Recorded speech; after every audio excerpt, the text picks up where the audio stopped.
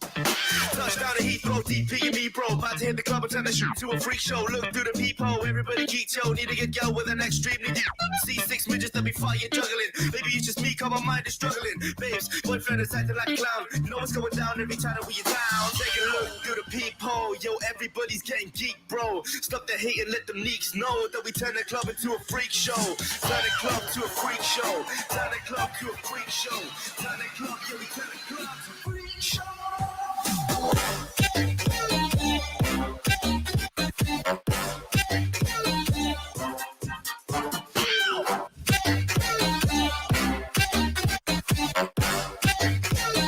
Turn the club into a freak show.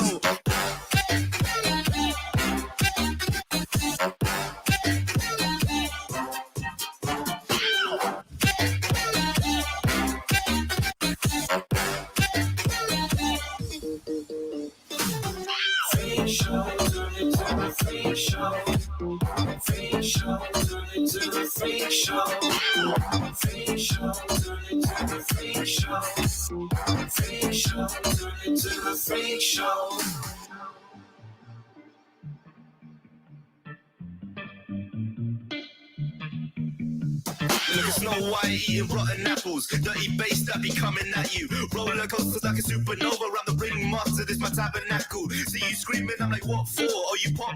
Yeah, I got popcorn. I been wake up on the wrong lawn, so we won't stop. It's a lost cause. Take a look through the peephole. Yo, everybody's getting geek, bro. Stop the hate and let them neeks know that we turn the club into a freak show. Turn the club to a freak show. Turn the club to a freak show. Turn the club, yeah, we turn the club to a freak show.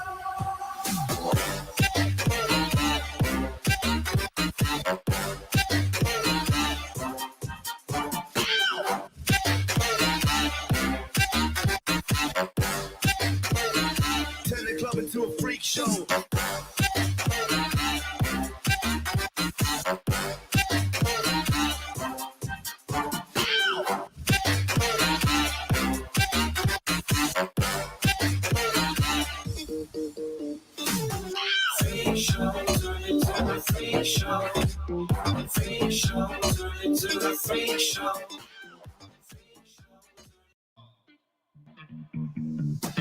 Touchdown to Heathrow, DP and me, bro. About to hit the club and turn the shoot to a freak show. Look through the peephole, everybody geek, yo. Need to get yo with an extremely deep. See 6 midgets that be fighting, juggling. Maybe it's just me, cause my mind is struggling. Babes, boyfriend is acting like a clown. You know what's going down every time that we are down. Take a look through the peephole, yo. Everybody's getting geek, bro. Stop the hate and let them neeks know that we turn the club into a freak show. Turn the club to a freak show. Turn the club to a freak show. Turn the club, yeah, we turn the club to a freak show.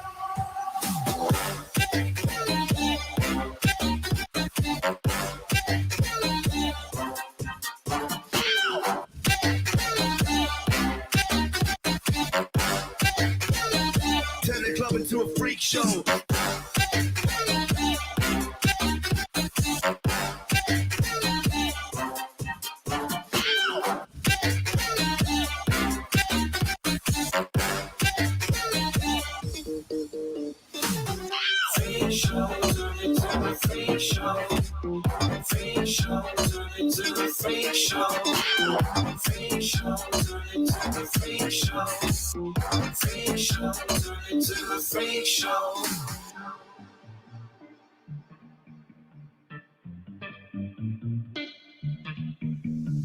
Look at Snow White eating rotten apples. Dirty bass that be coming at you. Roller coasters like a supernova. Around the ring master, this my tabernacle. See you screaming, I'm like, what for? Oh, you pop?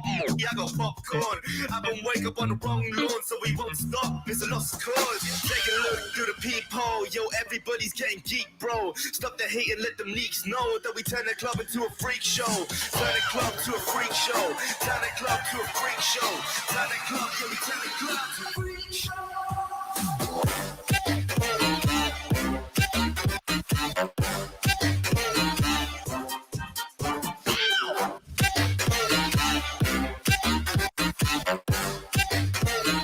Turn the club into a freak show.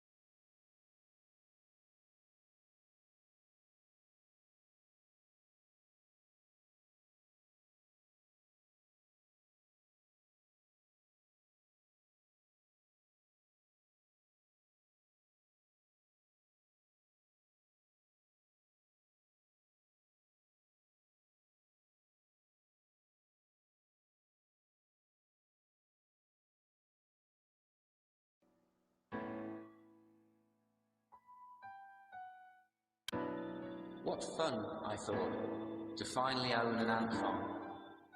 How interesting it would be to while away the hours watching the ants going about their business. And at first, kind viewer, it was fun, watching them multiply, expanding their home. I spent many hours watching every detail of their lives, doing what they had to do to survive. In fact, it's all I did, every day. They depended on me, you see. I think I started to love them. And of course, I wanted them to love me back. Such was my fun and my infinite love. I decided to extend the ant farm. Now, perhaps I went a little too far, especially in a residential area. But at last count, my colony consisted of 6.5 billion ants, living in 2 tons of soil resting between 20 square meters of tumbling glass, with 10,278 high-resolution digital cameras scattered throughout the nest. This time, I'd be able to see everything. As my hobby grew into obsession, I decided to actually take a close look at my beloved ants. I began to take an interest in individual ants, their habits, their behaviour, their lifestyles. And I have to tell you, kind viewer, it was somewhat of a shock. Ants are animals. They do the most disgusting things. Their personal hygiene is less than sanitary. And when you look really close, I mean close, they are so ugly. Stomach-churningly, bowel-looseningly ugly. They fornicate in groups. They murder each other, have no manners, and the idea that they should hide their genitalia simply hasn't occurred to any of them. I started talking to them, begging them, pleading with them to just change their ways. I held up signs, banners, and even wrote tiny messages that I left at the entrances to the nest, asking them to repent. But nothing happened, nothing changed. I sat at the edge of the glass tank, in a spotlight, waving my arms, expecting that they might notice me, recognise me as the one that brought them lettuce every morning. But still nothing. Not even a thanks for the lettuce, man. It would have been nice to have a little recognition. I wasn't asking to be worshipped as such, although I do give them everything. But a little acknowledgement would have been nice. But they could not see me. They could not hear me. They did not understand my words. And obviously this is entirely their fault. I don't know why this constant ignoring of my wonderfulness and my generosity made me angry. It just didn't seem right that I was the whole reason for their existence and their continuing existence, but I didn't get any of the credit. They had to see the big hand bringing down the lettuce from the sky every morning. They had to sense my presence, surely. So, I got some tweezers and a microscope, and I went around the nest looking for examples of bad behaviour. And when I found it, I would make bad things happen to the particular ant concerned. A lost leg or two, for instance. I thought the others might learn from example, but they didn't. As cutting off ants' limbs is fiddly work, I started punishing them the old-fashioned way, with magnifying glass and sunlight. But their agony was too brief, and the weather outside too unreliable, and there was still so much punishing that needed to be done. There were 6.5 billion of them. Matches and a cigarette lighter just aren't up to the job. So I built an oven with transparent sides, so I could watch them burn. I should point out that it gives me no pleasure to watch their little legs going, their mandibles opening and closing rapidly, watching their body armour slowly vaporise. But what can I do? They're sinful animals. I have to punish them for being what they are. I'm sure you can see the undeniable logic and justice of my actions. I give them life, I give them everything. I can do what I like. can't I? Somebody has to do the punishing, don't they? I found that if I place them in an oven to exactly 110.8 degrees, I can keep them alive and writhing in agony almost indefinitely. It will certainly seem like forever to them. If only they'd listen to me. If only they'd try to mend their ways, ignore their inbuilt instincts, put on a few clothes, stop copulating without any legal certification at all. If only they would do it my way. If only they could be more like me, or at least try to mimic my splendid perfection. I could show them peace. And if they did choose to worship me, to make me their God, well, I did give them life. I do give them everything. It seems unarguable that I should be worshipped every now and then. Don't you agree? But then, one day, I caught sight of myself in the mirror, placing another tray of sinners into the oven. And in that moment, I asked myself several questions. And now I ask you. If you saw me putting a tray of live ants into an oven, if you actually saw me doing that, what would you think of me? Am I not right to burn them? Am I wrong to expect their gratitude? Am I not worthy of their worship? Is my behavior not totally rational, totally justified? Am I not sane? Am I not a perfect God?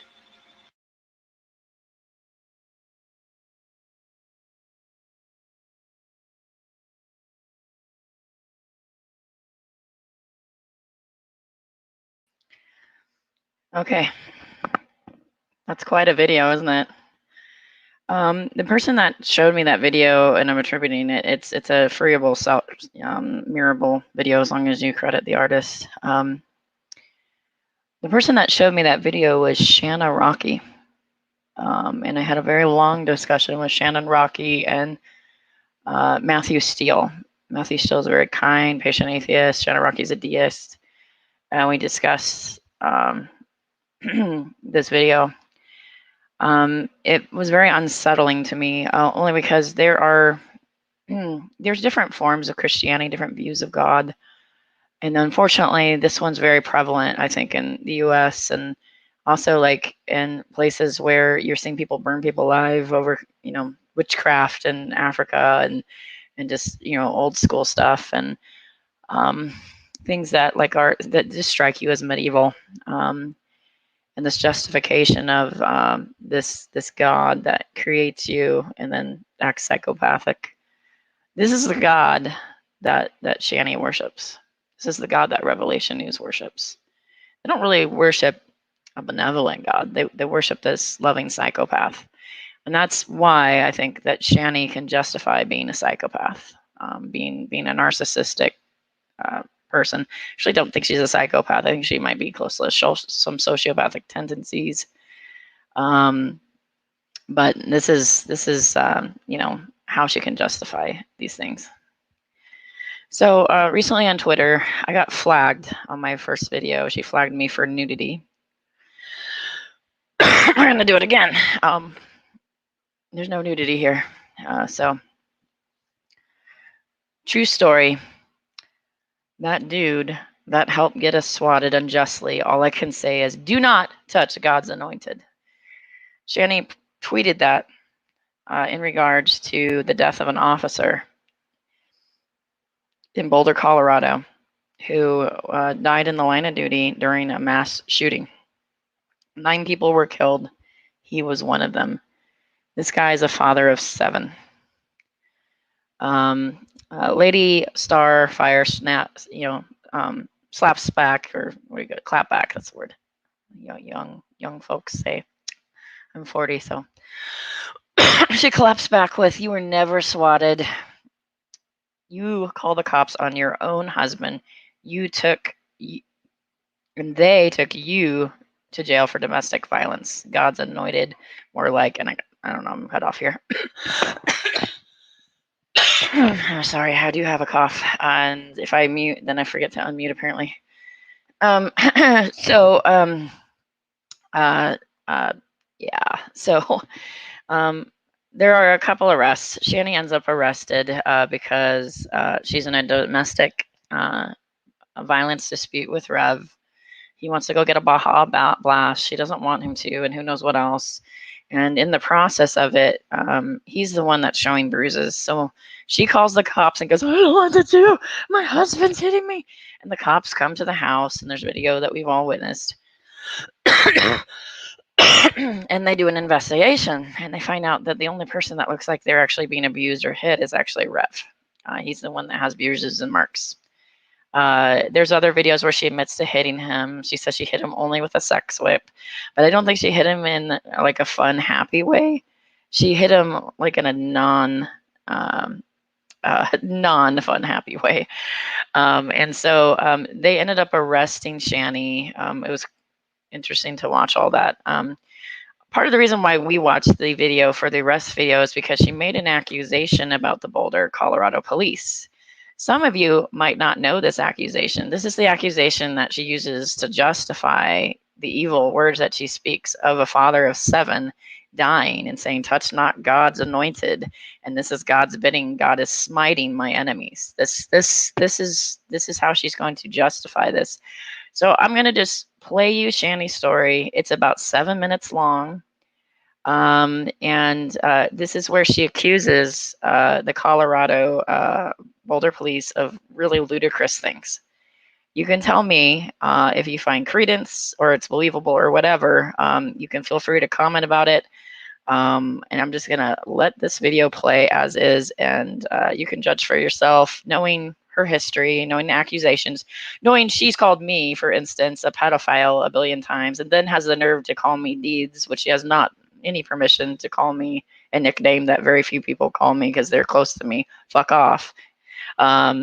She also has called me a pedophile just randomly on the internet and posted a video about that because she's that evil cunt that does that. So let me go ahead and I'll share you the video that she uses, her narrative of what she thinks happened in her screwed up, schizophrenic, narcissistic, maybe possibly borderline, but not probably really, brain. We'll take a look at it and we'll see what you think.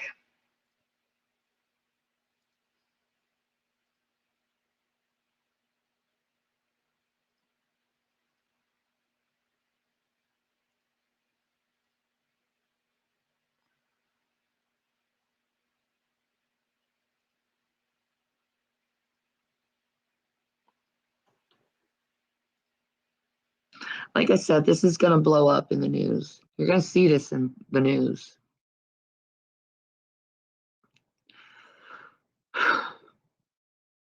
Because I'm not the only female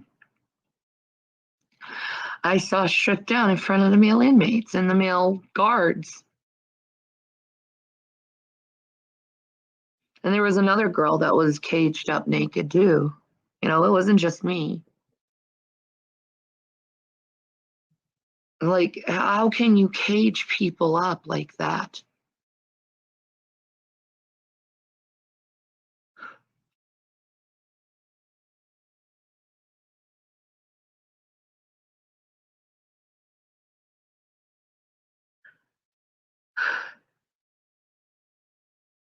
It's severe emotional distress I'm going through, and I need justice.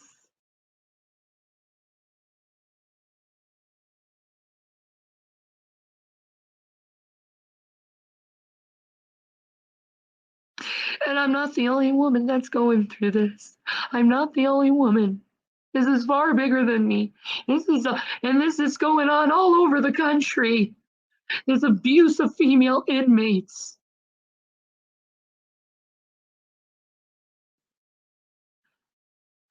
No woman should have to go through that public humiliation. No woman or man.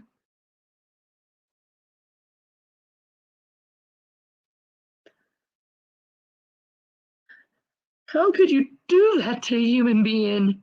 How can you even say that you're for protection and law and justice and you do that to a human being? It's barbaric.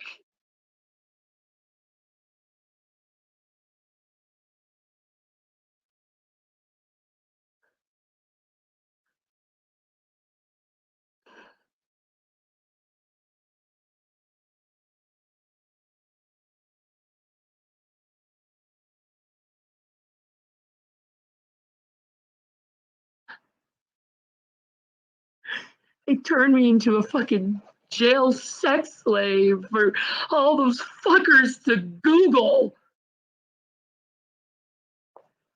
I mean, is that what they do that to keep the male prisoners happy? Putting women on display like that?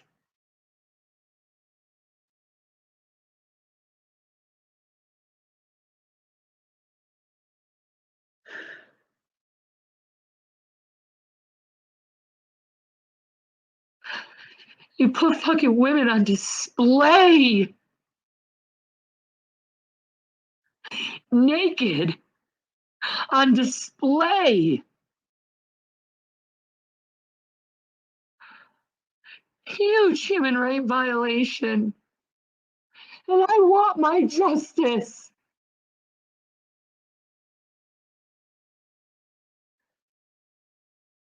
I want my justice. And not allowed water and feeling like you're going to be forced to drink fucking toilet water.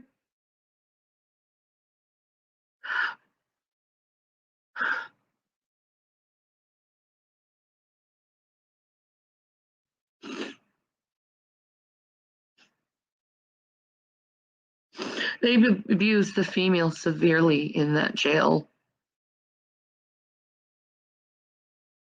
Severely. I've never seen such human abuse.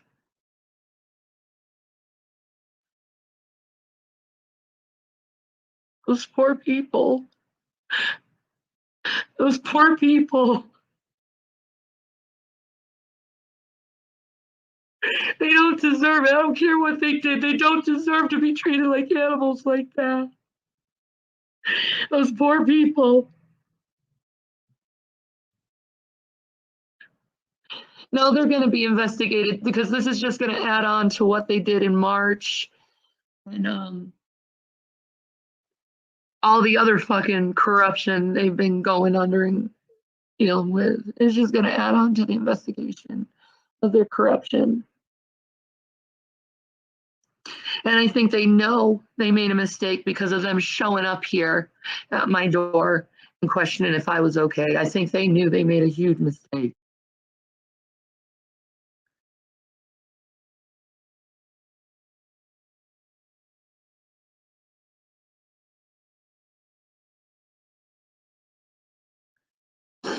Because I will speak about my rape. I will speak about my sexual assaults. I will talk about my sexual abuse.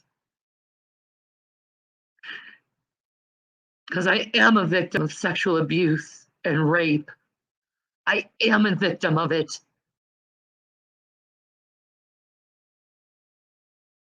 And you used me and my husband's sexuality and tore our family apart, you fucking pigs. And is that why you took me in? You knew that I had a little kink and you thought I'd be kinky for you fucks? Is that what it was? Because my body is my body. And it shouldn't be put on fucking display for males to look at.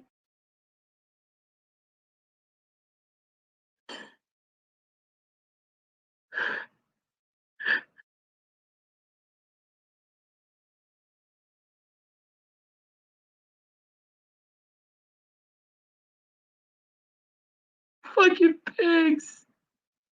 I'm never gonna trust the justice system. or police ever again because of this.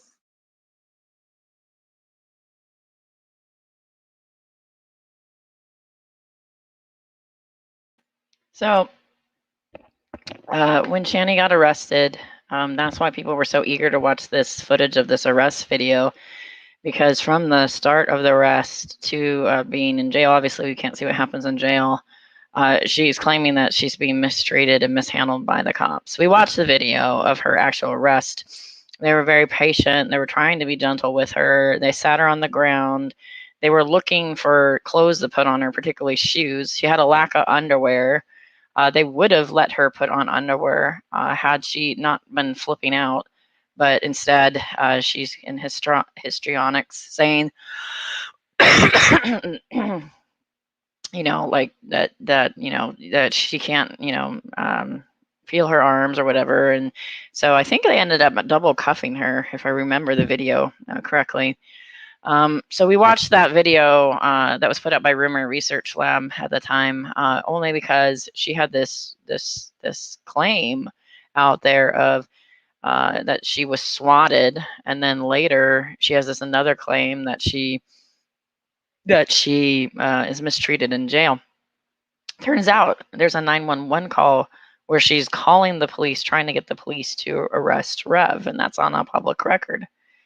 And then, so right after she comes back from the arrest, she has this story that she's putting out that she is publicly humiliated by the Boulder police in jail, carted out on display for male prisoners to see. And I want you to talk to people that have been arrested. Most people do say that it feels humiliating when you have to strip down, bend over. That feels really humiliating. Nobody ever has talked about anything like this. This is Imaginationville. Now, I have no doubt that she has trauma in her past that is real, that is actually verified from her mother. But she now has this reality that she paints that's alternate all the time. That's just a completely alternative reality. So this is why she thinks she can justify the murder of a police officer. And so I wanted to show you that story that she tells because it gives you some context of why she thinks she's right. But I also want to give you some context of the problematic narrator that we have here. One second here. Let me see if I can locate this. So I don't know if you are aware, but Shanny did share her diagnosis with us publicly. And it's not all that she says that it is. And so it might share some light to see that the story that she tells, even about her diagnosis, is a little bit different. So a lot of times she totes that she is borderline disorder. And there are people that are like, oh God, I'm not like her. And they get like worried because they have borderline disorder and stuff. No, bitch, you are totally not like her. She's her own thing. And so I want to let you know right now that Shanny, the offender scored 8 out of 10 of the adverse child, the ACE test. So I'm about the same level, by the way, 8 out of 10. So I have CPTSD. If she is really truly an 8 out of 10 and it's not made up stories, then we'll give that, right? Like CPTSD or PTSD. In my case, they diagnosed me with CPTSD. Pertaining to parental, emotional, physical, and sexual abuse. So parental sexual abuse, interesting. Parental substance abuse and parental mental health issues. The offender's results show a predominant presence of PTSD, major depression, I can never say this word, dysthymia, which my understanding dysthymia is like sort of a sluggishness, depression, somatoform, anxiety disorders. Welcome to my world. anxiety disorders and a high presence of depressant, dependent, and schizotypical personality characteristics. Again, high presence for depressive, dependent, and schizotypical personality characteristics. Interesting. Additionally, offenders' MCM results show a predominant disclosure of low predominant disclosure with low desirability and predominant debasement of indicative of low self-esteem and potential borderline. I just want to point out that borderline is tacked on the very bottom of this list. It's not even like the major thing. So, like this is the mind that we're working with here. So it's tough. So when somebody tells a story, you have to say, okay, well, how much of this comports with reality? And I do think, again, she had traumatic events that led to this, but I have trouble believing this particular story. It doesn't really pass the truth test. It doesn't pass the truth meter. And so I find it difficult to believe. Let me get back to the cheering of the police officer's death. If I get false flagged for this, again, I'm going to have words with YouTube here. So she is cheering on father of 7 death because he dared arrest her. And then let me go ahead and I will screen share I think it's the police chief here of Boulder, Colorado.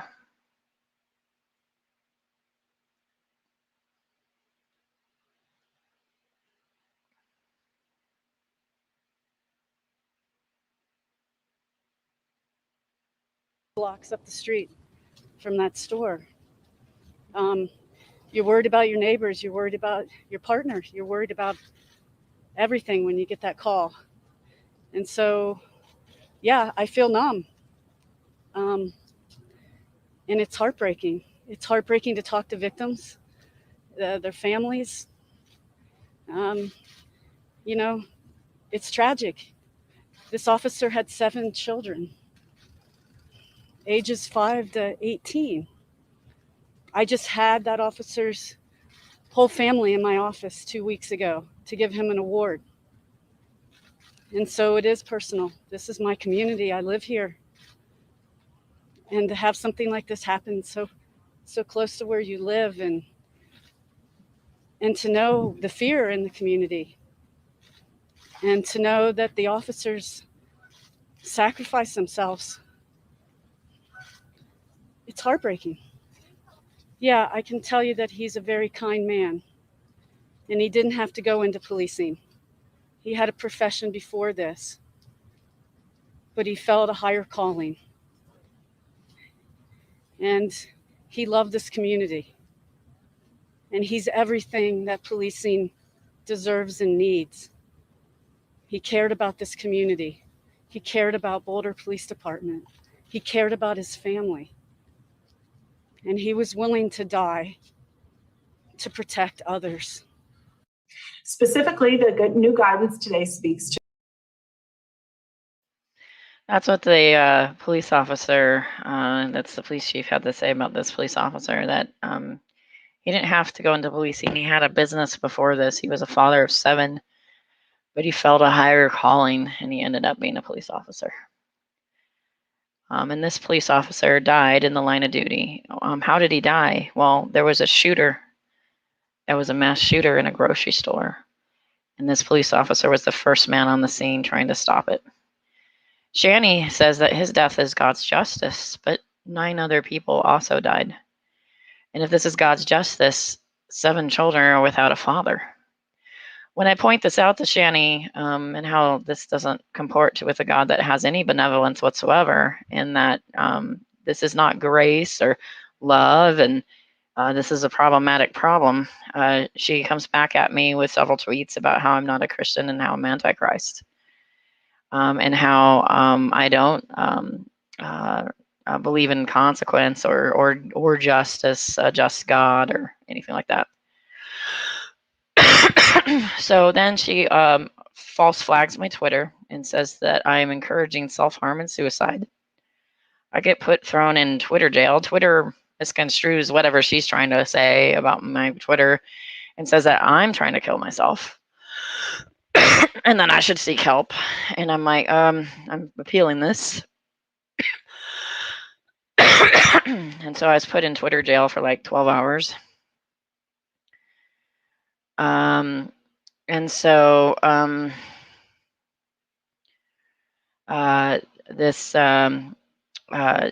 Twitter jail's out. I make a video that showcases Shanny's unchristianliness. The video is false flagged for nudity. The only thing that's offensive in it is Shanny herself's video, which is up and monetized, which is the yogurt eating video for negs. So I believe that she actually false flagged her own video. So I think she's going to continue to put content that's iffy up on YouTube and then false flag you for sexual content should you mirror it, just so you know. I think that's going to be a tactic that she's going to use. I've appealed it, obviously, but you know what? I burn brightly and I do not go quietly into the night. So I'm putting this back up in a different way. So I encourage anybody to download this and mirror this should it go down, because she might flag me again.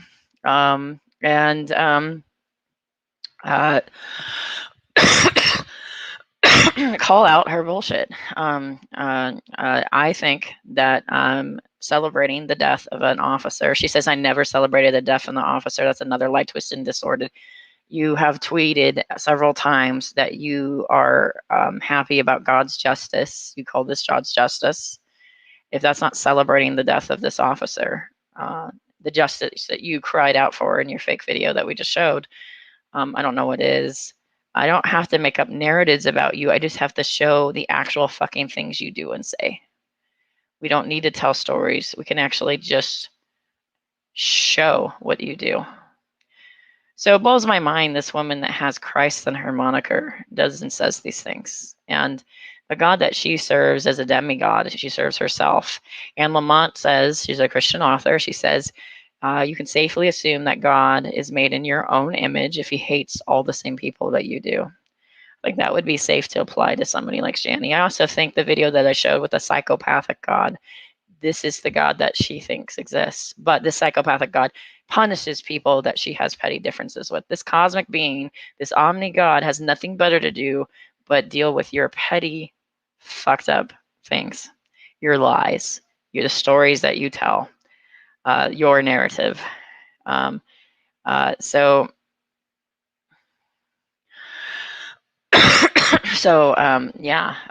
she gets Rev to make a video, and Rev makes a video towards me, and it's quite ridiculous as well. And he also calls it God's justice, and when he does, he smirks. And so I'm going to share that next, because why not highlight what sick people these people are?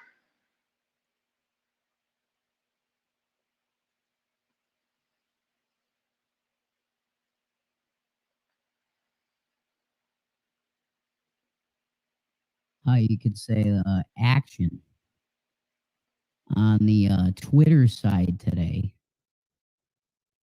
with some individuals talking to my wife that they think they're really smart. So what happened? If you want to know, how you guys doing? Hope you're doing all right. And brightness is like crazy, man. Hang on, that's better. It's like lighting up my face like crazy. Anyway, I'll tell you what happened on Twitter, okay? So we made quite a discovery that it turns out that one of the police officers that died in the shooting in Boulder. I'm crackly. Let's see. Whoa. That sounds so weird. Thanks for telling me. Give me one sec. I know what that is. StreamYard sucks. I don't like StreamYard, and I'm not going to use it again. I know what it is. Let's see. That one. Okay. Okay, I think that's going to be much better because StreamYard sucks. I'm sorry, guys. Okay, I think that's going to be much better. I sound like a chipmunk too. No, this is my mic's being messed with.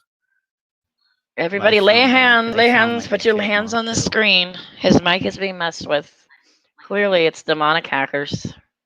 Clearly. I sound like a fucking chipmunk.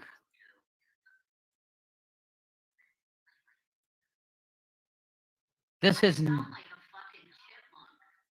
never happened to my audio ever before.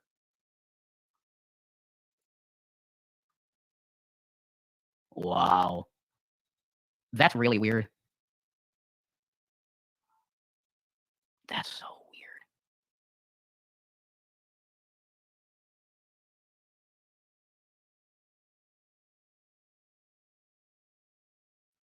Okay. Let's see. Test. Okay. No. My audio sounds like a fucking chipmunk. Like something's wrong. Yeah, somebody's messing with my shit. I know how these things work, man. All right, fine. Then I'll just do. I'll do that microphone. I mean, this has never happened before. Like, I think I'm being hacked or something. I've never seen anything like this before. Yes, Rev, that's how that works. Like, I think I'm being hacked or something. I've never seen anything like this before. Okay, you can at least hear me now without chipmunk effect and bullshit. Okay, so I'm just gonna make this very clear to Christians because that's what I'm doing this for, is for Christians. Deidre, I mean, her name on Twitter has changed, so it don't even matter. You would know her as the Holy Spackle. Okay. And Shanny, could you please turn down your volume? Because I hear myself upstairs. Jason, go yell at Spackle for me.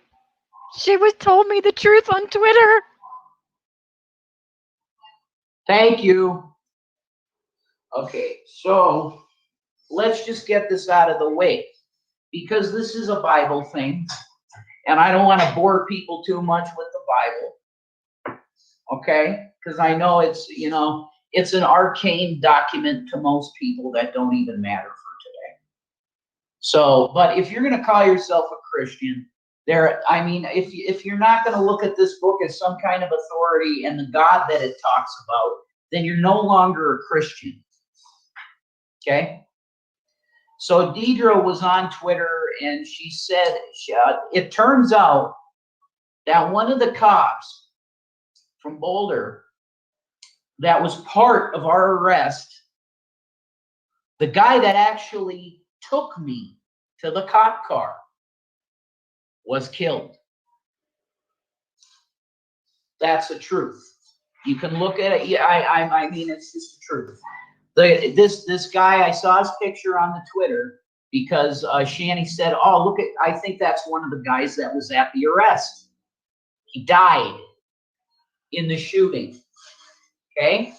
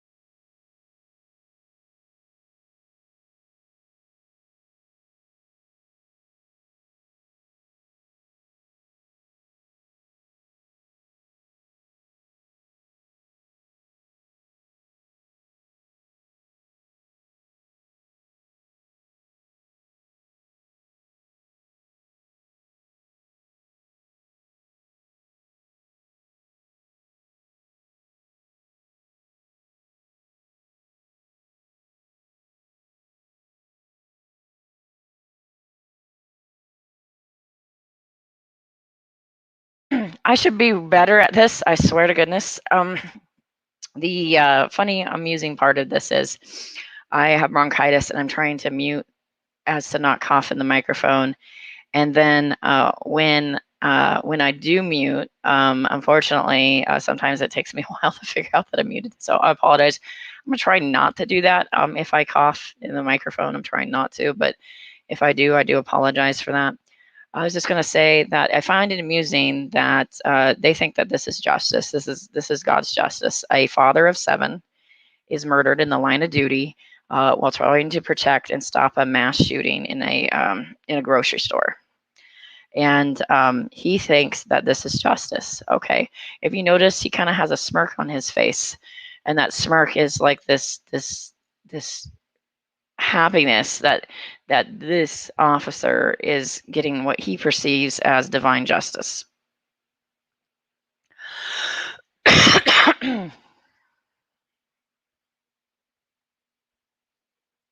So my wife commented on it because it's true.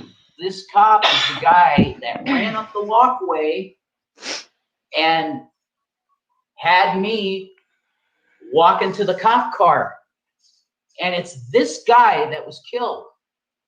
Now, there's a little verse in the Bible that if you don't remember it, it goes a little something like this. Touch not God's anointed. And Shanny and I are anointed by Christ. If you like it or not, is not the matter. Okay, you can call us antichrist all day. You can call us demonic. You can call Shanny a fake, a Satanist. I've heard it all from everybody. And even people that I regarded as brothers, I can't even talk to anymore because they have believed these lies that have been put out on the internet. Well, if so many people are saying it, it must be true. That's really dumb thing.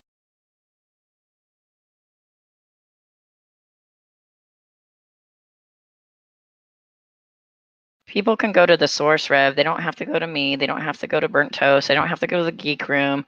They don't have to go anywhere. They can go to you and her channel directly and her Twitter and actually surmise the same thing.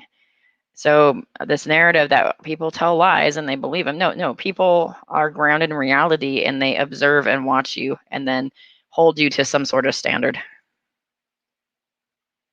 Thinking. That is literally adopting the same thinking of Joseph Goebbels and the Nazi Party. If you repeat. Recently, Rev's been on this kick that everybody that disagrees with me, everybody that mistreats me is a Nazi. By believing these quote unquote lies or actually making observations based in reality and in their actions, you are now equal to the Nazi Party and you believe in propaganda, according to him. But actually, you can go to the source and make these conclusions yourself. You don't have to have anybody that is the Shanny condom trying to filter out Shanny for you. You can actually go to Shanny herself and see these things. And you can even watch this video and make a judgment for yourself. This man also made a comment recently, I think, about people that had criticisms about donating to their sketchy GoFundMe and their fundraisers and their financial problems, and he equated them with the reason why the Holocaust happened. So this man has absolutely no threat meter that is rational at all. He's self-absorbed. That's clearly, honestly, a form of bigotry and prejudice to belittle Jews this way and call their plight equal to yours. This is just disgusting and foul. Okay, Rev. Okay. This makes no sense whatsoever. He once said he worships Satan, and that told me everything about him, that he's a fake. Yeah, that is true. He went through that weird stage where he said he was a Christian warlock, which doesn't seem very Christian of him either. Pancakes. Rabid pancakes are the best. Yeah. Yeah, but CPS also is overloaded. Sam says it was cool. Okay. Yep, and then Cross has a good point. They're blaming money problems on the boys, and that's a separate issue that I addressed in another video. It's disgusting. It's just completely disgusting. Something enough, it becomes the truth. Isn't that what Goebbels taught in his book Propaganda? Yes, it is. And these trolls think that if they can repeat something enough times, it becomes true. And it's just not the truth. Okay? If enough people are repeating it, it just means a lot of people are repeating lies. Okay, that's the logical end to Goebbels' thinking. But because he was a delusional Nazi, okay, they utilized that tactic, and it did work against Jews, unfortunately, and we had the Holocaust. But my point is here, my bottom line is that God's justice is just. This guy was God's justice is just, first of all, sounds like a tautology. It's like, you know, God is God because he's God. First of all, that's illogical. Second of all, God's justice is not your justice. That's the whole point I was pointing to Shanny, is that she is in the seat of judgment, and she's saying that my justice, my view, the people that I don't like, the people that are dying of heart attacks, or the people that die in a mass shooting, this is my God that's avenging me, and calling that justice. And I think we can point out that this is a inept, incompetent, psychopathic God, if that was the case. I don't think God's inept or psychopathic. I think your version of God is inept and psychopathic. And there's a big difference between the two. I think you guys are demented. Absolutely. engaged in touching God's anointed, and he's dead. Now, do you realize how many times this has happened with Shanny? In particular, there are people in this community that have tried to come after her. There was a woman named Mo the Pagan. Mo the Pagan was a commenter, oftentimes on G Plus, when G Plus still existed, and then also if you look at really old archive videos and stuff like that, or really old videos from other creators, every so often you're gonna see Mo the Pagan show up. Mo the Pagan was pagan. Mo the Pagan was female. Mo the Pagan was generally claws retracted, but slapping Shanny back and forth. She didn't really go for the gut. Like I've seen people a lot harsher on Shanny. She kind of pawed at him, kind of the way I do, which like there's a limit of how far I take things and stuff like that. And she tried to bring him back to reality, but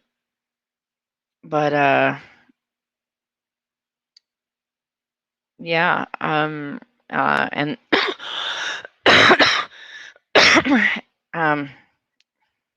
bring him back to reality with the paw slapping. Mo the Pagan had cancer and was interacting with the community with cancer. She was laid up in an invalid, and she died of cancer. Shanny, when finding the news that Mo the Pagan died, said that this was God's justice, that the people that don't like her die of cancer. There was some man named Trevor, I guess, that the Geek Room knew, that died. She called that God's justice too. He died. And she's called for the head of her mother on a platter. That has happened. And she's now celebrating the death of this police officer. So there's a lot of wacky things. Fiona said that Mo corrected Shanny and some of her wrong-headed claims about paganism, and Shanny hated that. Yeah, Shanny makes weird claims about paganism and Satanism that don't seem to comport with actual pagan and Satanism. And so when you talk to them, they do call that out. Rose asks, please tell me you will review her videos from Twitter. Email those videos. If you can email those videos to me, I can do that. Theholyspeckle@gmail.com.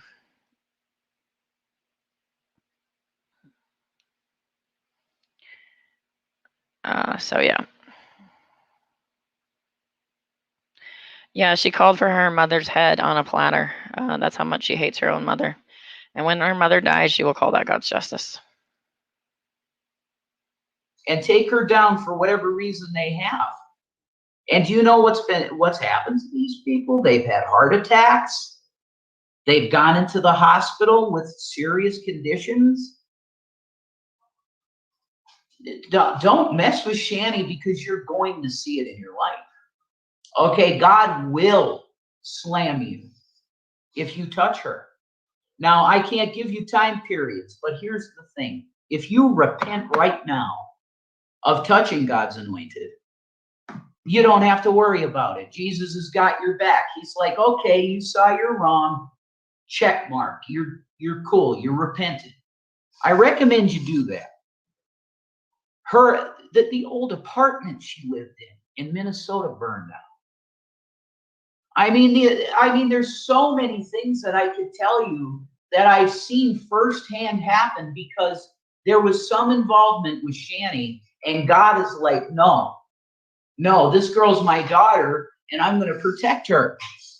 And I'm going to make an example of people that try to mess with her. It's just the truth.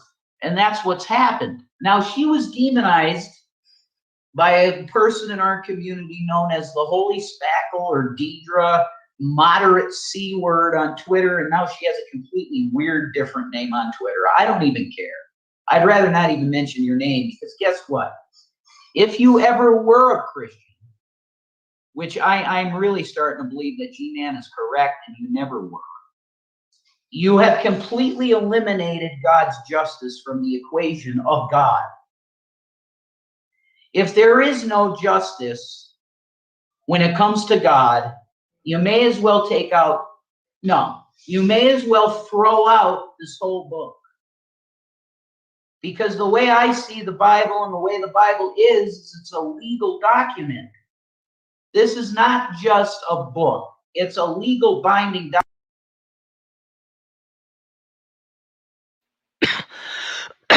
So a couple things. I don't take out God's justice. I just believe in a higher justice than you.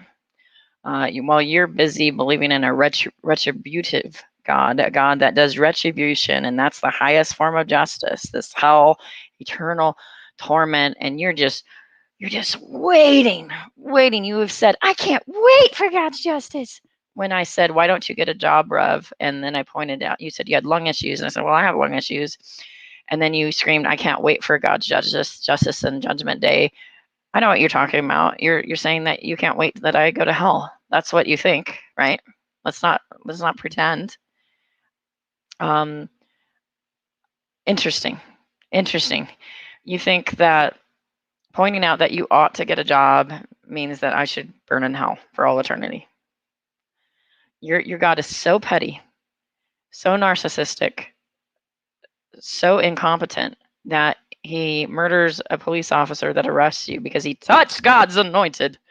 And because he touched God's anointed, he deserves to die because he did his job in the line of duty. And so do 9 other people in the grocery store, by the way. And 7 children deserve to be fatherless. You're calling that God's justice. Okay, bud. Your God is a psychopath and incompetent, and you are a psychopath. Sorry. This is the truth. Document that the Creator penned through people through time. Now, but this is also a contract with mankind. This book is a contract. There are promises made in here that if you sign up for it, you're going to be blessed. That's what he says. And it's true, because it's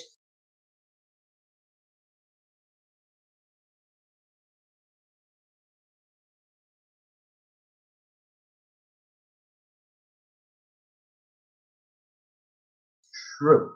Because I can tell you that blessings have come to me. And yeah, I'm in a rough spot now, but I know that Jesus Christ has a way forward, because that's always what comes in this book. That's how it is. If you hit a roadblock, then he's got the other road that goes the opposite way a lot of times. That's true too. He can take you in a completely different direction. But the point here of this conversation, because I don't want this to be a 3-hour fucking Bible teaching. Sorry for cussing. I don't want this to be a 3-hour Bible teaching. But I can tell you that if God's justice does not exist, then this book is a lie.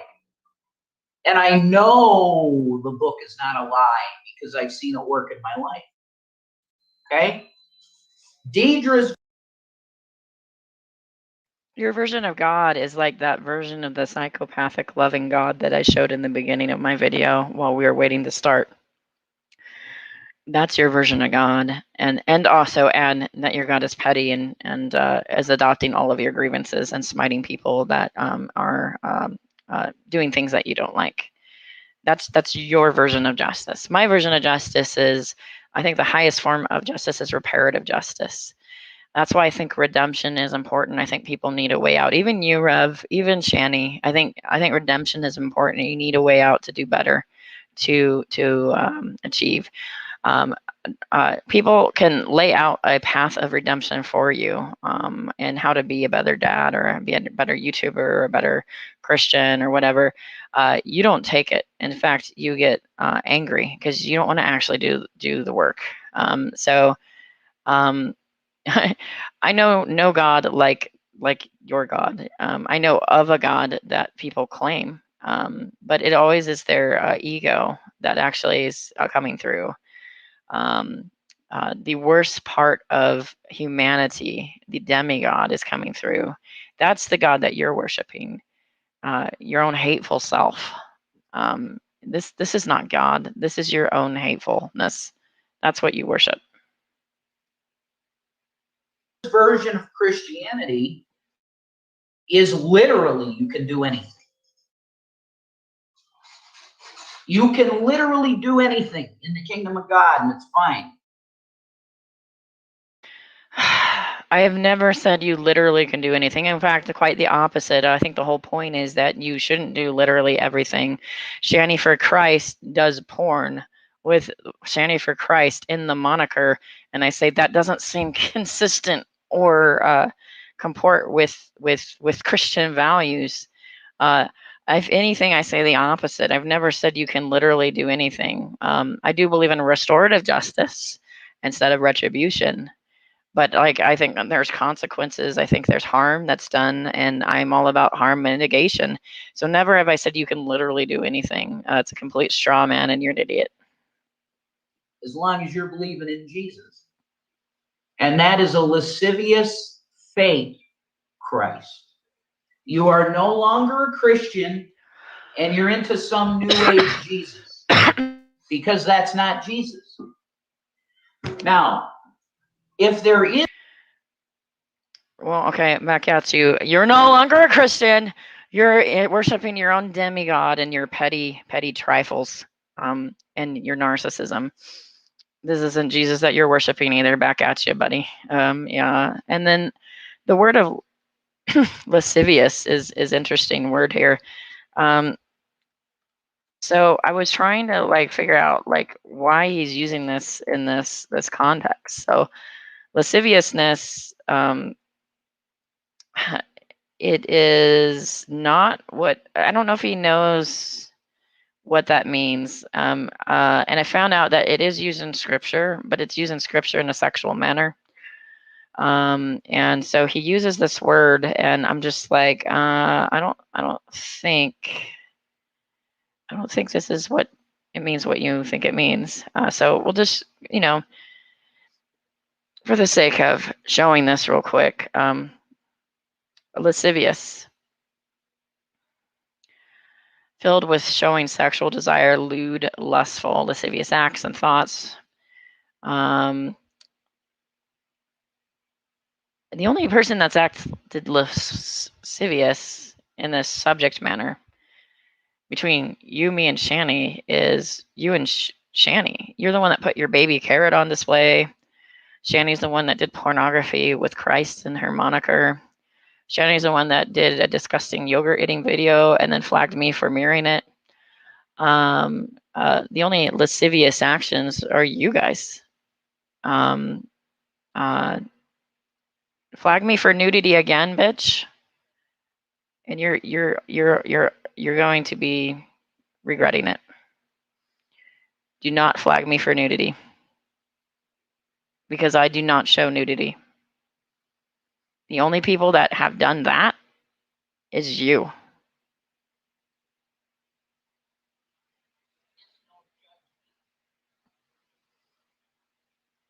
Let me share. Let me go back to the video.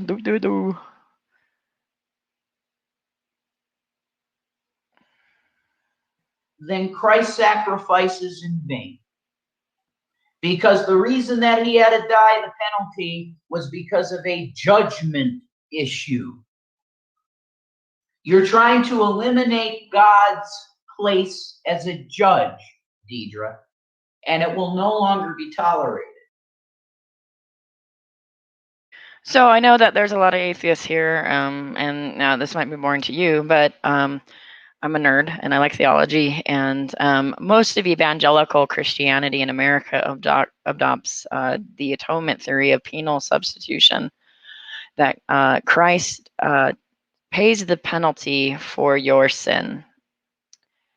And because Christ pays the penalty for your sin, and does a blood sacrifice, then you can, Christ holds the keys to have heaven and hell. You are made fresh and new. He is scapegoated, and your sins are placed upon him, and then you can have everlasting life. That is one version of atonement theory. And then did you know there are other versions of atonement theory? There's Christus Victor. And Christus Victor is interesting because Christ's death is not just like, it's like a satisfaction theory, right? It's, penalty satisfied and restorative justice happens, but Christ's victory over evil is displayed. So he's unjustifiably murdered by the Romans. He dies and resurrects again, and Christus Victor puts God's victory over that the powers of hell will not prevail, that death will not prevail. And Christus Victor is more celebratory than a penal substitution, because this idea that, there's like this cosmic justice, there's this suffering around the world that we can't explain, and this children are starving and just evil all over the world, that like true evil, not this fake evil that you're making up, but like true evil, like children dying of hunger. This should never happen. Children who are raped, that should never happen. Like these are true injustices. Transatlantic slavery should have never happened. These are injustices that we cry out and go, like the world groans over it. Creation groans over these injustices. And Christus Victor celebrates God's triumph over evil, which is a little bit different than this blood sacrifice, penal substitution that evangelicals are hyper focused on. If you want to know the root of some of the thinking theologically, just really quick,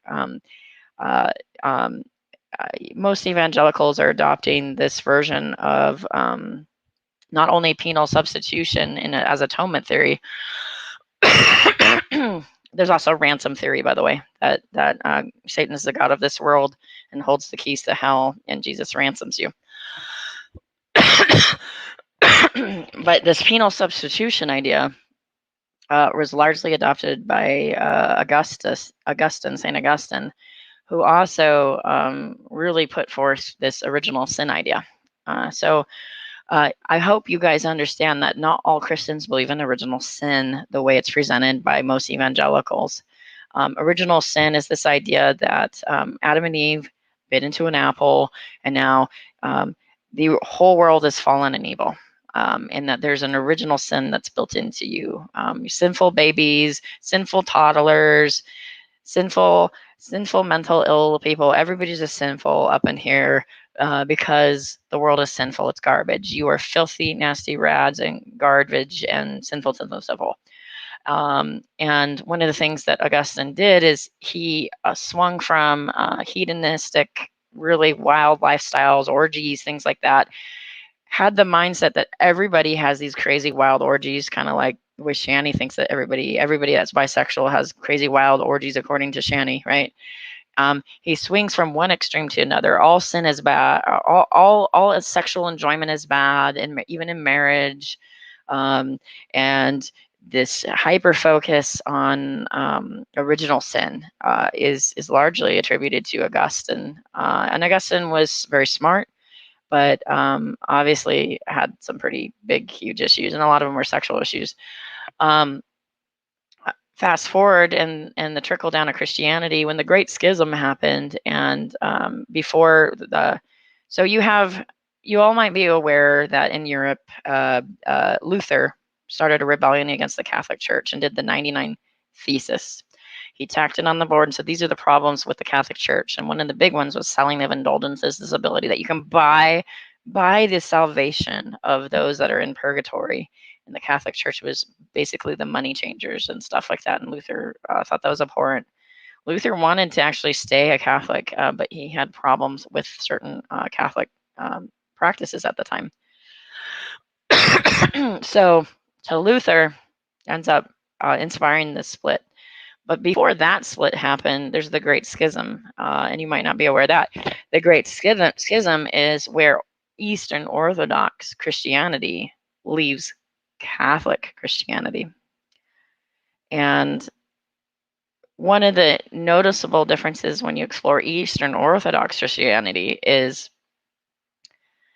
they believe in what's called ancestral sin.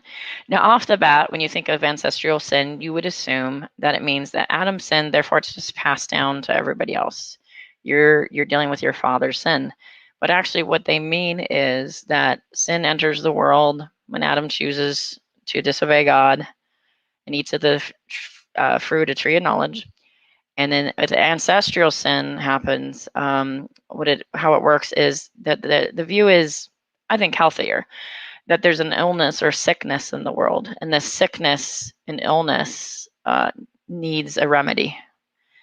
Again, compare it with your nature is evil. Your very nature is evil. That's original sin.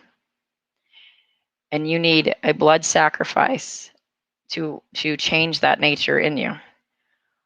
Or you could compare it with Eastern Orthodoxy, which says there's an illness that is affecting the entire world, and it affects you too. But that is not your nature. Your nature is the imago Dei. Your nature is the image of God. I just want to point out there are different views of how sin it works, how redemption works, and he thinks he's got the lockdown on it because he has the most popular form of atonement theory in America, which is penal substitution. But I think penal substitution is largely problematic. And I think it argues that God is psychopathic. God is saving you with a blood sacrifice from his own wrath, which is completely circular. Okay. Because I've seen you preach wrong, bad stuff for years.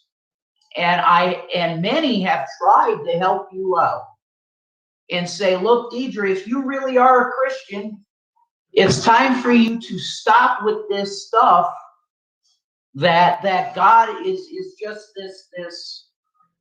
He forgives. And he is a forgiving God, but you have to remember the judgment. If you eliminate the judgment, then the Lord's sacrifice is made vain.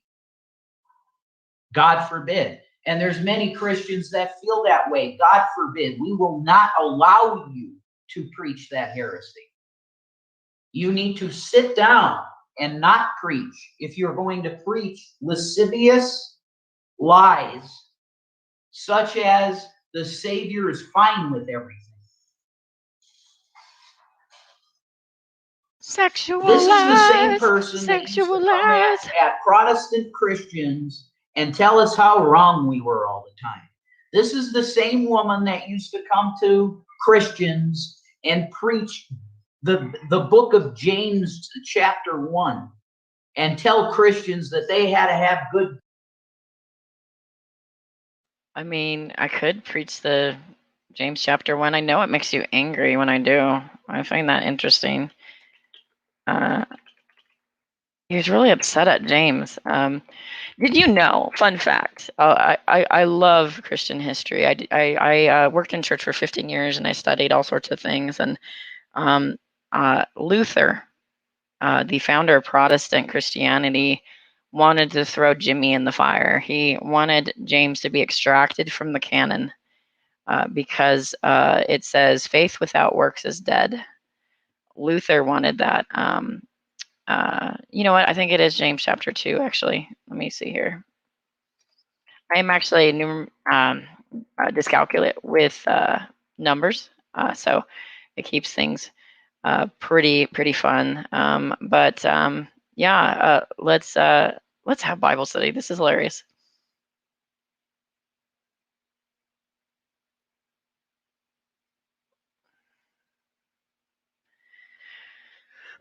Not a huge fan of the NIV. Maybe I can switch it to NRSV only because like it's just a better version.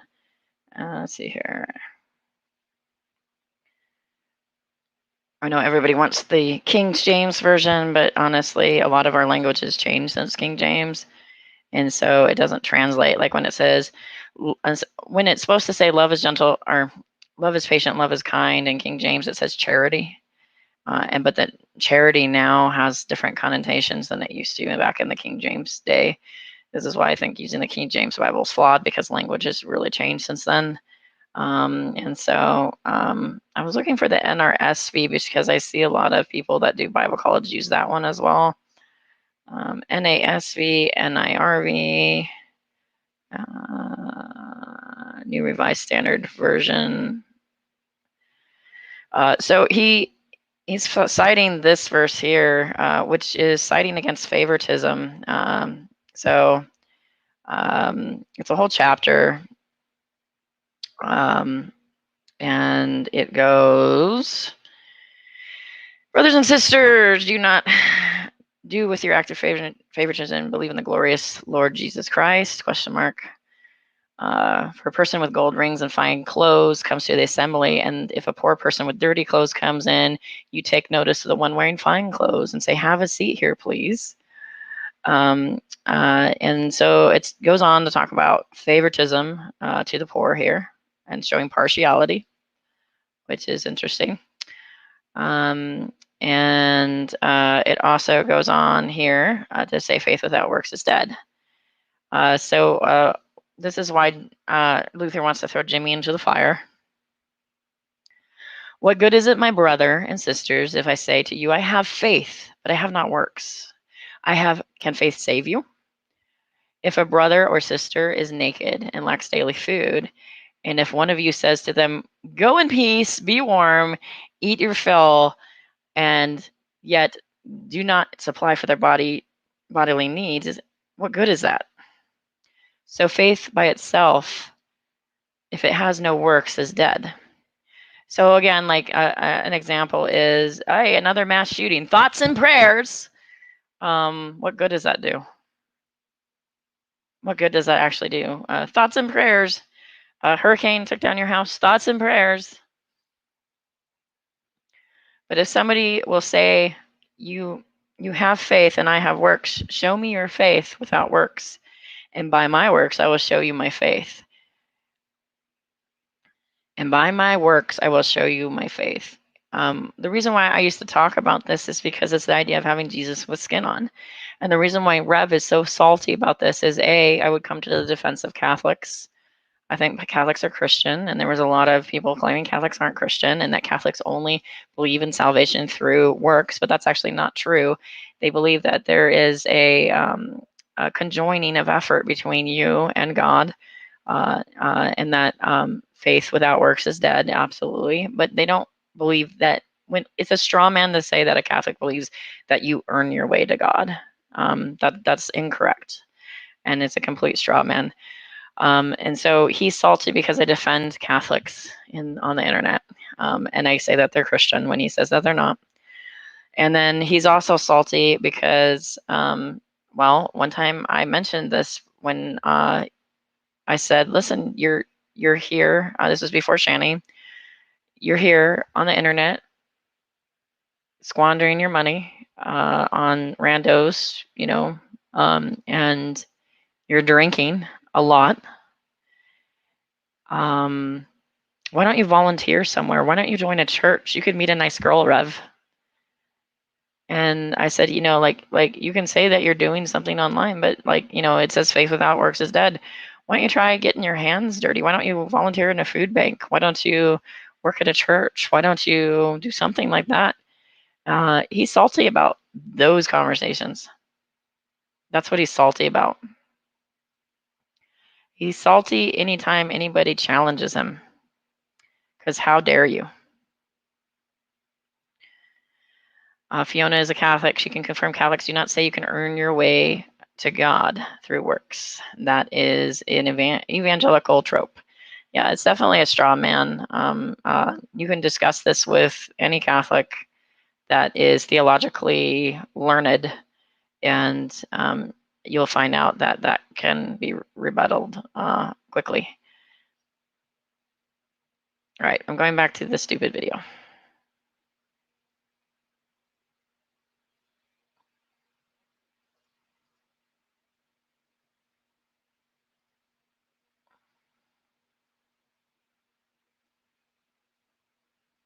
Deeds as well as faith. God bless you, Colossus. How you doing? Okay? This is no longer something that can be just ignored by me, the individual here. Because I did an interview with her and stuff back in the day, and I'm always willing to give people the benefit of the doubt. These body motions of Rev, did you see how he bent back like that and stuff like that? Rev, I seriously have questions. Do you use meth? Your teeth aren't looking so great, and you're very twitchy. Do you use meth? Meth's not good for you, just saying. Where did she teach that Christians can do anything? You listen to the way she talks. Get him, drag. Individual in the room that you know. Get him, DS. Get him, drag. And you know this is true. Yeah, and maybe that's okay. You're correcting me in probably a good way. That's a bad way of putting it. She teaches greasy grace, as anybody would say it is. Now,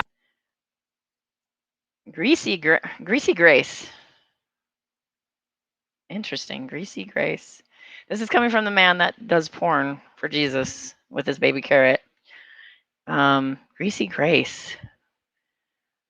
Interesting. It's Grace Lightning. Like, what are you talking about? Hydromatic.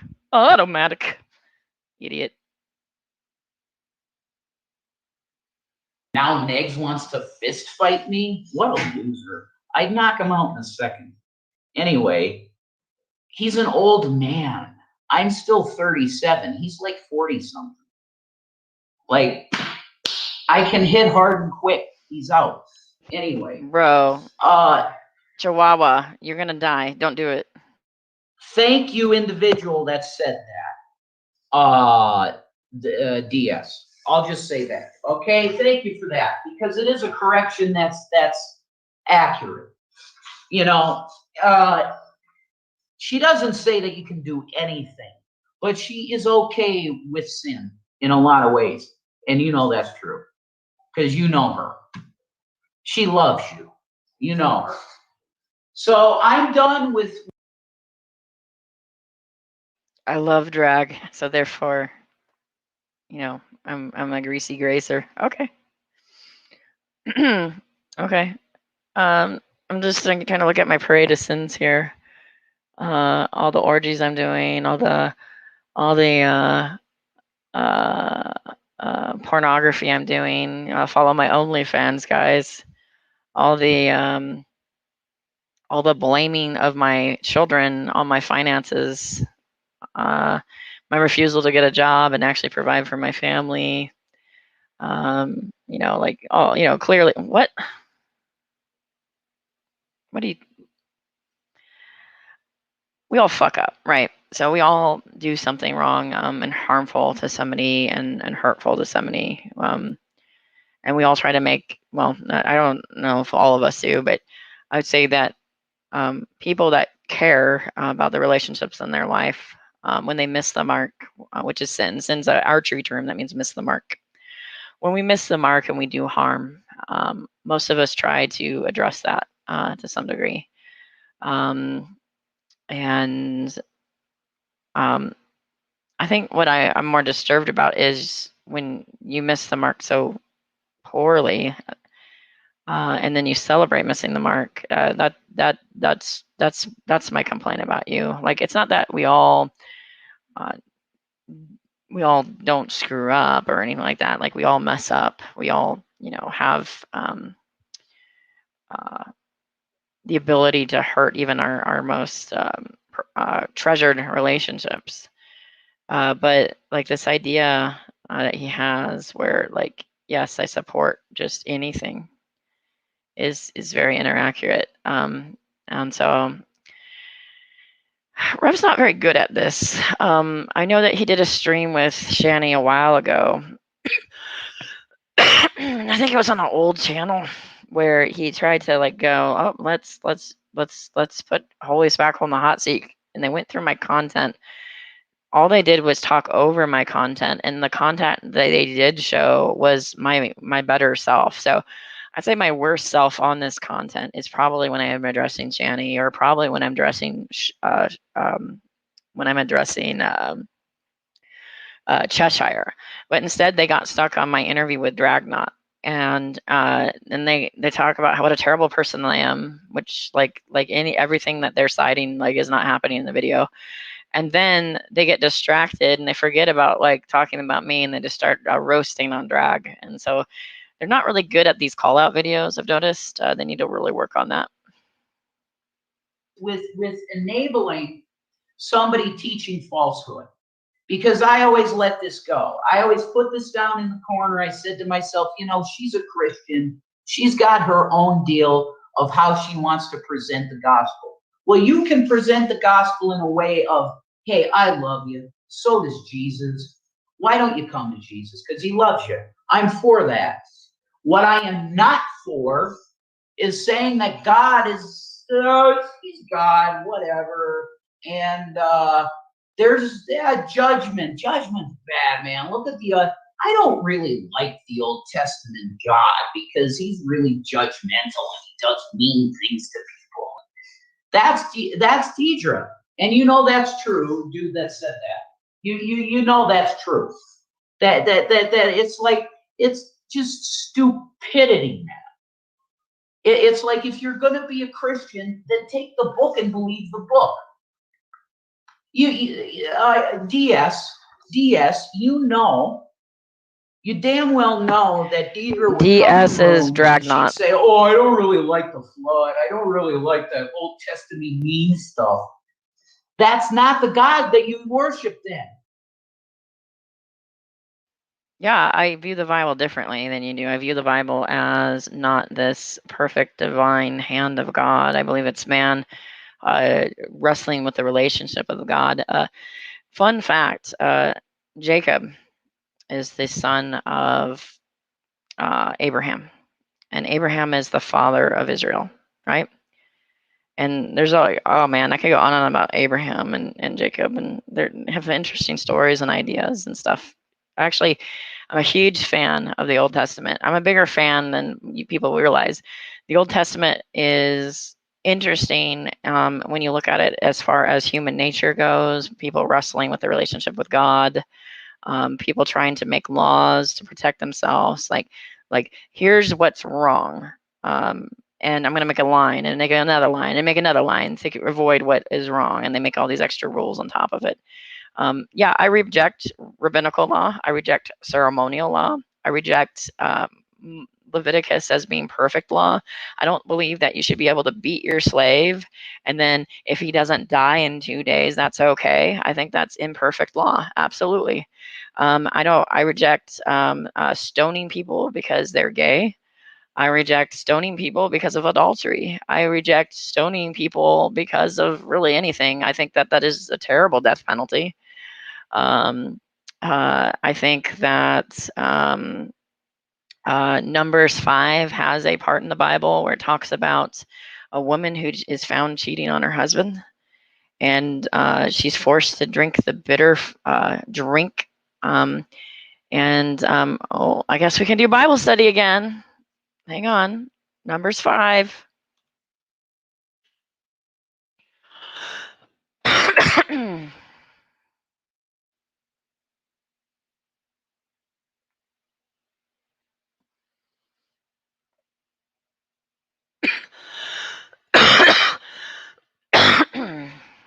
By the way, I approach it this way. I know a lot of people approach it differently with them and ignore the biblical claims and stuff like that.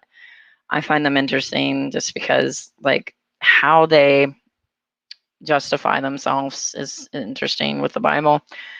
But, like, for instance, this passage is problematic. You're claiming that this is perfect justice and a legal binding document.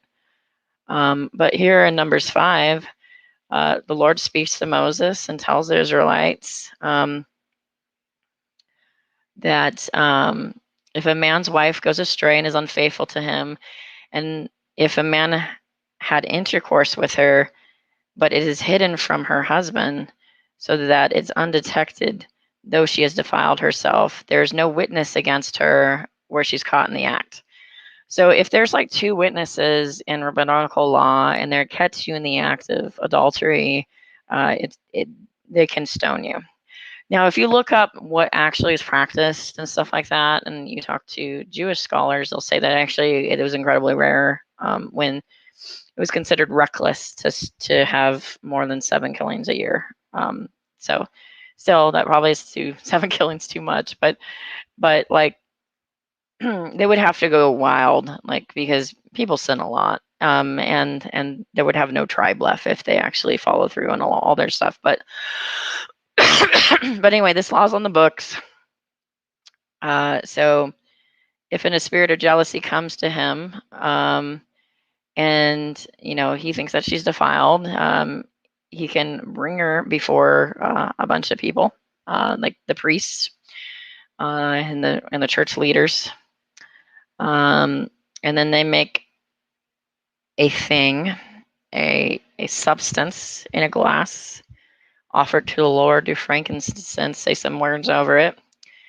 The priest will bring her near and set her before the Lord, and the priest will take the holy water and the earthen vessel and whatever they put in that drink. The priest will take the holy water and the earthen vessel and some of the dust on the floor in the tabernacle, which the tabernacle is considered a place of holiness, put it into the water. The priest will set the woman before the Lord, dishevel the woman's hair, which is an act of shame, by the way. So she's not even proven guilty, but they're going to shame her because uncovering your hair is a shameful thing. Dishevels the woman's hair, places her hands, the grain offering as a remembrance, the grain offering of jealousy in his own hand. The priest shall have the water of bitterness that brings the curse. The priest makes an oath saying, if no man has laid with you, if you have not turned aside to uncleanliness while under your husband's authority, be immune to this water of bitterness that brings the curse. Right? So he basically sets this curse up forward. Then he says, but if you've gone astray with your husband while under your husband's authority and have defiled yourself with some other man, then your husband, I'm sorry, I'm having problems. Defiled yourself with some other man other than your husband has defiled. I'm losing my place.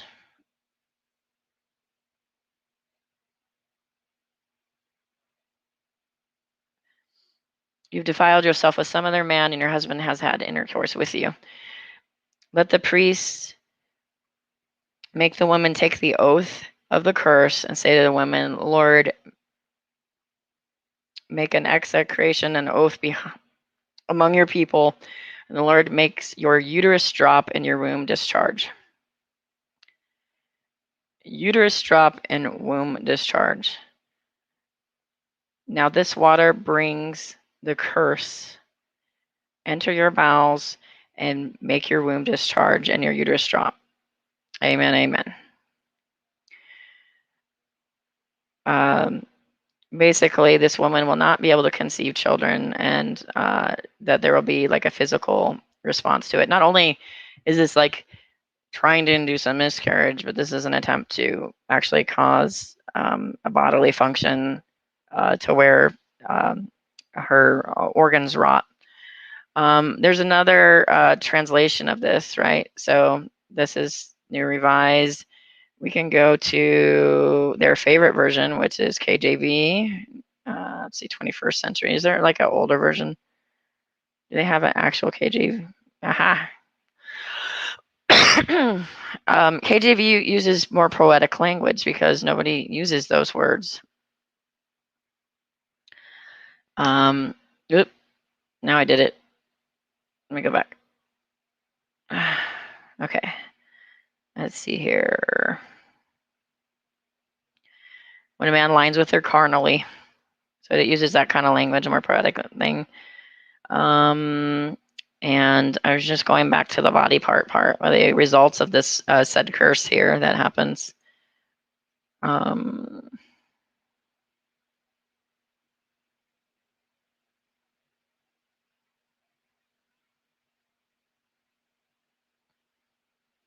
Let's see.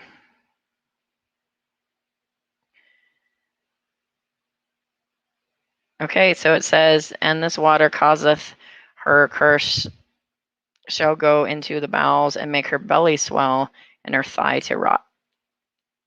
So belly swell and thigh to rot is the phrasing that they use. When I've had this discussion with this passage with Veckel says that it's clearly talking about her thigh and her belly. This is not talking about her womb. But I think it's quite obvious that it's talking about her womb, but okay. Anyway, this is an example of things that I think that a forced miscarriage, A, don't talk to me about abortion if you're going to call something like this justice, and B, and B, like you're putting a woman that could be innocent at risk. Yeah, tell me that this is perfect justice. This is the best that God can do. Tell me that. Okay, Rev. Like, yes, I view the Bible differently than you. Absolutely.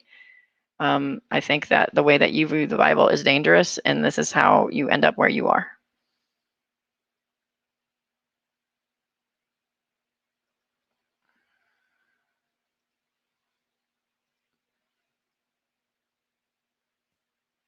I mean, if you're going to eliminate the judgment that takes place in this book, and you're going to say, I don't really agree with that, then you're not a Christian. Okay, let's just make it clear. Okay, but this is the same person that was trying to be high and mighty to other Christians in preaching the book of James chapter 1, where it says that if you are not doing works, then you have a false religion. Like, you can't do that in the same thing. You can't point at me and say you don't have work, so you're not a Christian, and then say at the same time that God's judgment is so horrible, and oh my God, how dare he kill all those people in the Old Testament and have all these laws and stuff. You don't worship Jesus because Jesus gave the Jews those laws. Jesus gave the Jews those methods. And the God of Israel, which is Yeshua, it's Jesus in the. Well, technically, Moses gave some of the laws, and then the other laws were created by unknown people, who sometimes people attribute to Moses, but they can't prove. Flesh. He's the Father in the flesh. He is the God of Israel in the flesh. He made the laws that Moses got. He got the 10 Commandments, which are law, justice. This is a book of. I mean, we can talk about the 10 Commandments. Does Shanny honor her father and mother? You mentioned the 10 Commandments. We can bring it up. Does Shanny honor her father and mother? She's a woman that asks for her mother's head to be in the platter and saying that she would dance, which is also a biblical reference. She's comparing herself to the wife of Herod, who calls for or maybe it's Pilate. I have to look that up. But it's the wife of one of the leaders, and they call for the death of John the Baptist because John the Baptist speaks poorly of them. And so she calls for his head and then dances with his head on a platter. That's the biblical reference she chose to use for her mother. She wants to dance like this vile person in the Bible with her mother's head. Is that honoring your mother and father? Is it? Don't tell lies. Well, Shanny's told lies about the Boulder police. They don't seem believable. There's that. I mean, we can go through the 10 Commandments if you want. I don't think you'll like it. Sexual immorality. I'd say pornography falls under that, like especially being an actor in it. Like if that's your standard, you're failing. Okay, we can talk about it. Justice. Why do you think they have it in a courtroom? When you go to a courtroom, they put the book in front of you. You swear to tell the whole truth, nothing but the truth. So help you God. Yeah, I do. So help me God. I think it's problematic to have Bibles in the court system. The reason why is actually I think that faith and politics mixed together is where the worst atrocities done both by politics and faith happen. Like this is where you're getting state-sanctioned murders in the name of religion, and it's unchallengeable. As soon as you put a cosmic justice thing, it's unchallengeable, right? Like, who are you to ask? And if you challenge it, you ought to die. So actually, I think that having faith integrated in political power and into our justice system is actually largely problematic because it can be misused. I will tell the truth. You want to know the truth? Deidre's a fake Christian. Suck on that.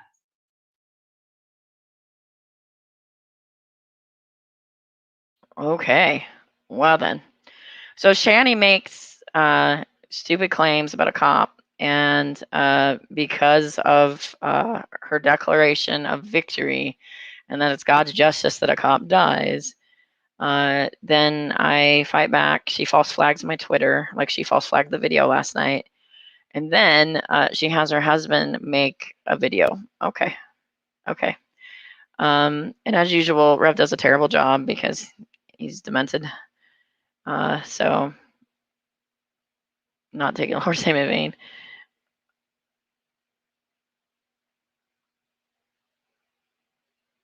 Yeah.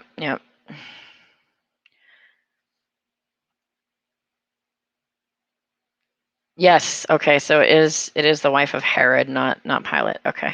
I got stuck for a minute. I couldn't remember which one.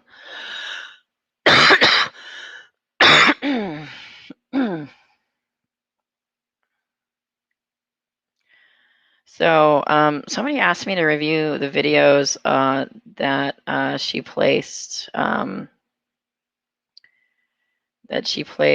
on Fiona, but I am blocked and having difficulty retrieving those. If you'd like to email those over, that would be helpful. But I also have another tweet, which is interesting. This tweet is unironic because she shares this, and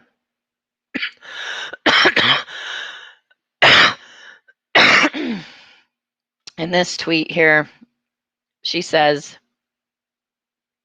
Jesus was ugly when he was flipping over tables.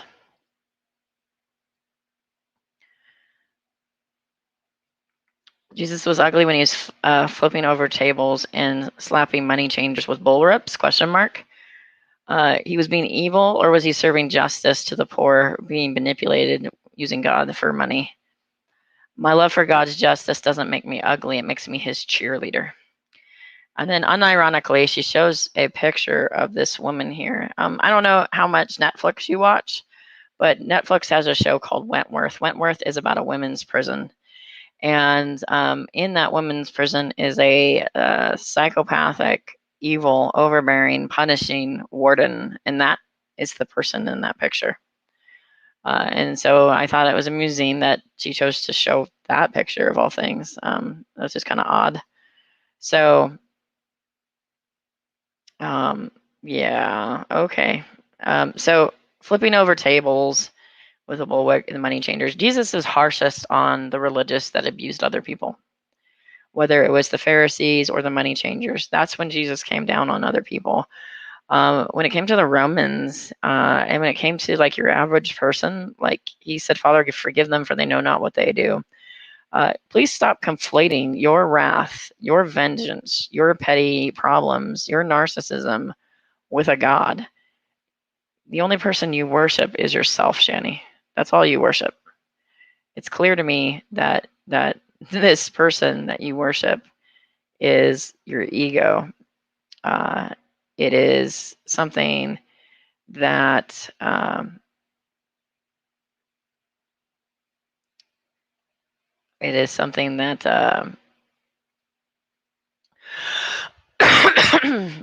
that is formulated by your own mind. So let's see here. I got a Google Drive sent to me. Okay. And also, Tata Jedi is working on 4-winged chickens, which is amazing. Scott wants to point out people do not have to swear the Bible in court if they choose, because it's no longer required. Many people swear on the Constitution instead. That's true. If you're somebody that doesn't believe in the Bible, why should you swear on it? What good does that do? Like, that doesn't make any sense. Okay, let's see here. I am going to take a look at this folder real quick.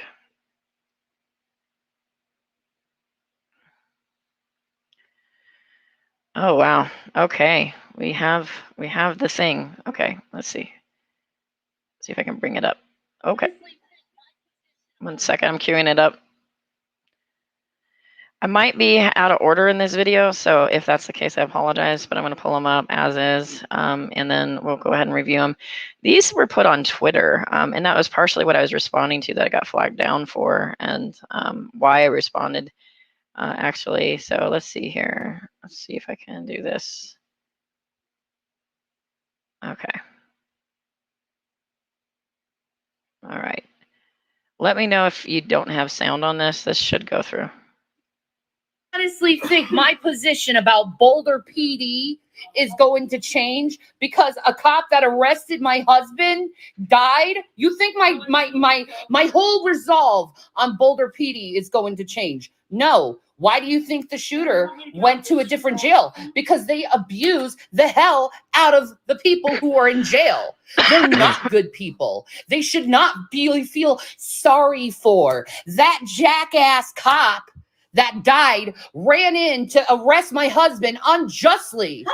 And the judge knows Listen, it. that laugh That's why in the background. both of our cases were fucking dismissed and thrown out of court. Because Boulder PD is shit and will always be shit. And doesn't matter what happens to them. They still abuse their people. And if it was Breonna Taylor or George Floyd's cop, you'd be rejoicing. But because I'm victimized, oh, I'm the bad guy. Go fuck yourselves. You honestly. Okay. There's a lot of claims in this video. I think that was on Twitter. Yeah, so that was on Twitter. And I guess there's another part to this video here. Let's see here. Let me go back.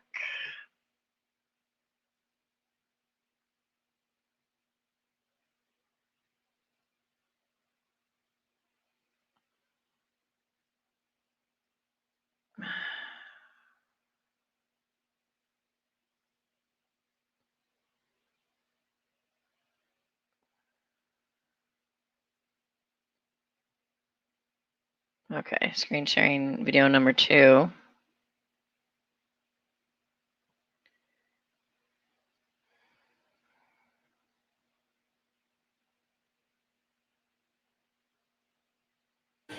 Fiona Robertson, you are so not a fucking Christian.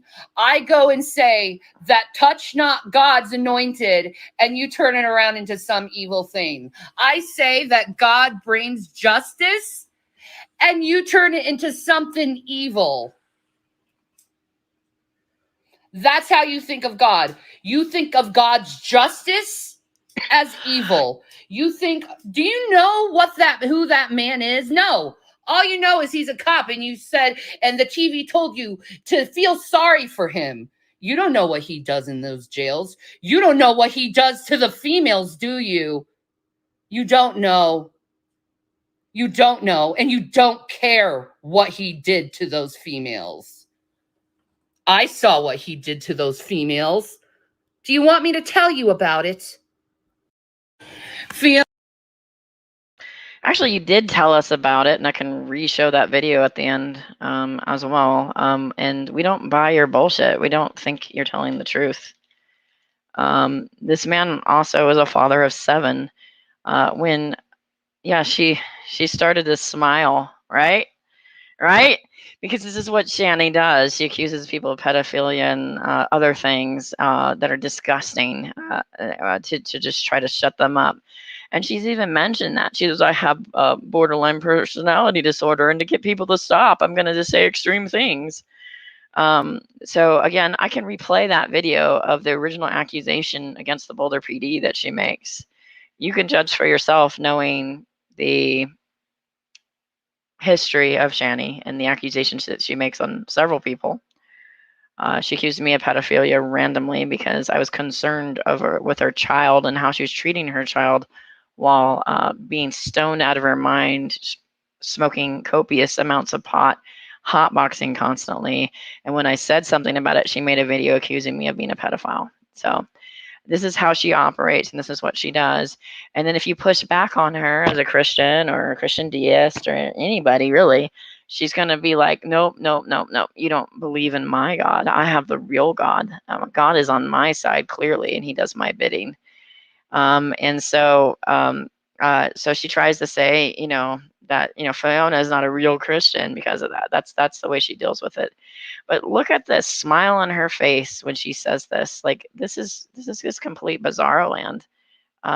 The joy that she has is not something that seems like something that makes any sense whatsoever. And I'm trying to make sure I'm in the right tab here. So many tabs. Oh my goodness. Let me see. Let me just reshare it again. Just take a look at that smirk at the end. Let's see if I can choose the right one. There's 2 of them. Let's see if this is the right one. I honestly think my position about Boulder. This is not the right one. Let me stop sharing this one and close this tab. Pardon me for coughing. I'm going to reopen the correct tab here. 1 second here. Let me find it. There it is. Got it.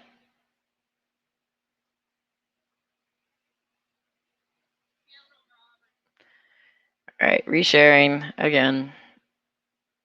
Share screen. Sound. There we go.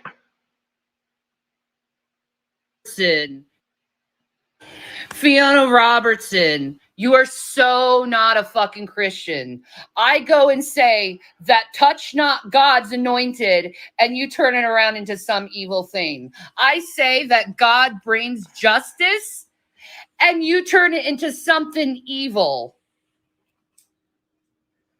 That's how you think of God. You think of God's justice as evil. You think, do you know who that man is? No. All you know is he's a cop, and you said, and the TV told you to feel sorry for him. You don't smile. She's smiling. Know what he does in those jails. You don't know what he does to the females, do you? You don't know. No, you don't. Females, do you? Does to the Fiona Robertson, you are so.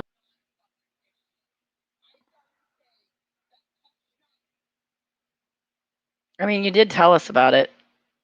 I mean, you did tell us about it, and we can go back to that again if you'd like, since it correlates with this so much, and this is why she justifies the murder of a father of 7, because she's so deluded that she's made up a story.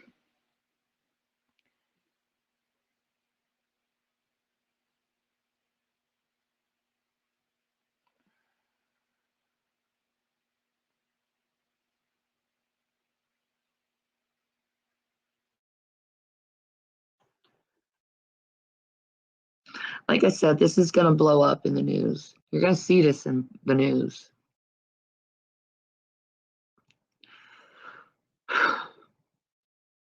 Because I'm not the only female I saw shook down in front of the male inmates and the male guards. And there was another girl that was caged up naked too. You know, it wasn't just me. Like, how can you cage people up like that?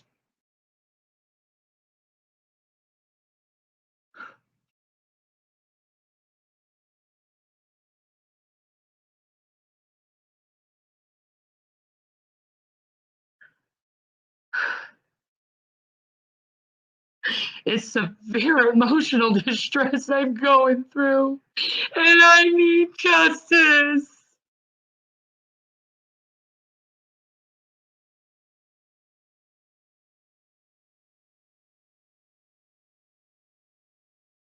And I'm not the only woman that's going through this. I'm not the only woman. This is far bigger than me. This is going on all over the country. There's abuse of female inmates.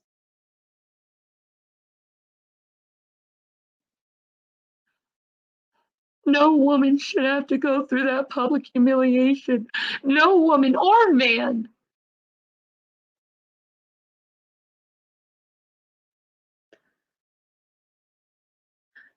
How could you do that to a human being?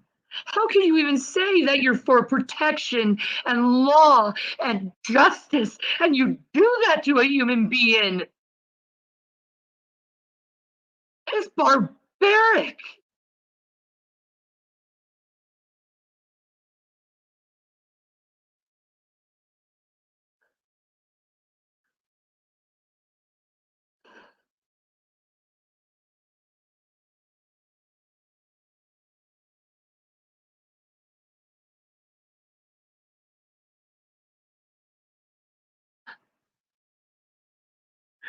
They turned me into a fucking jail sex slave for all those fuckers to Google. I mean, is that what they do that to keep the male prisoners happy? Putting women on display like that?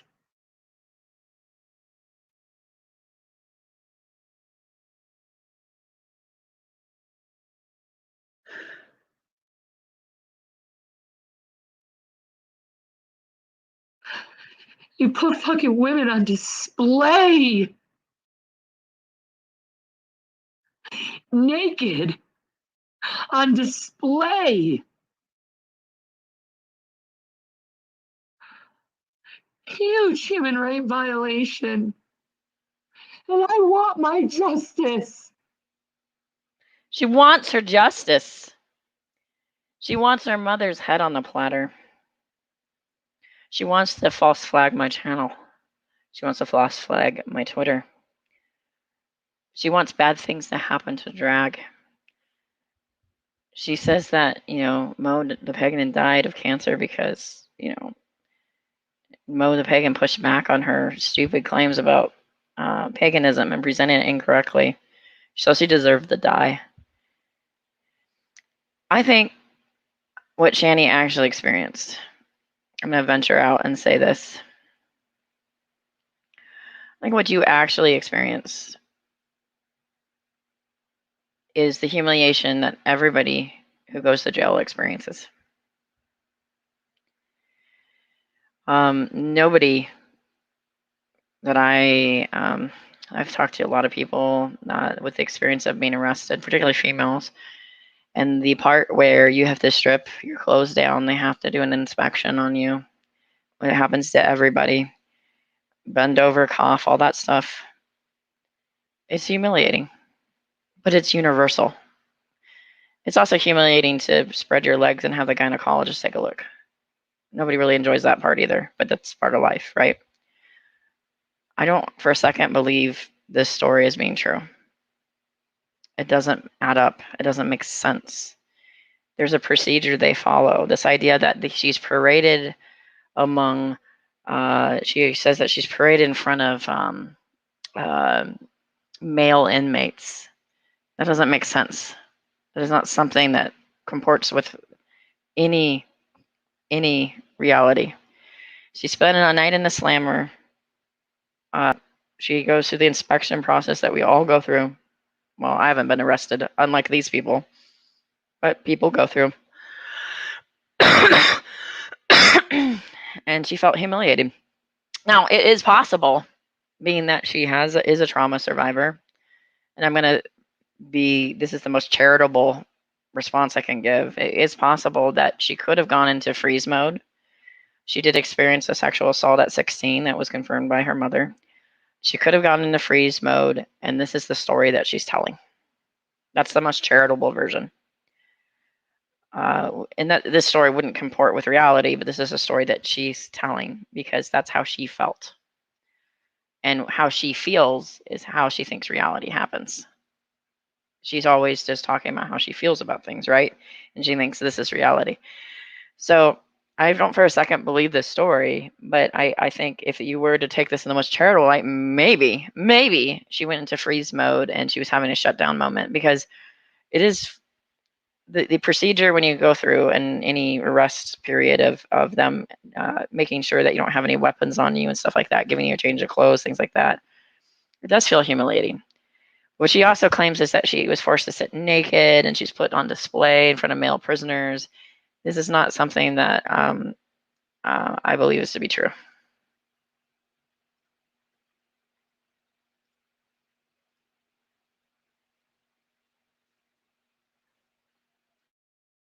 I want my justice. And not allowed water, and feeling like you're gonna be forced to drink fucking toilet water. Forced to drink toilet water.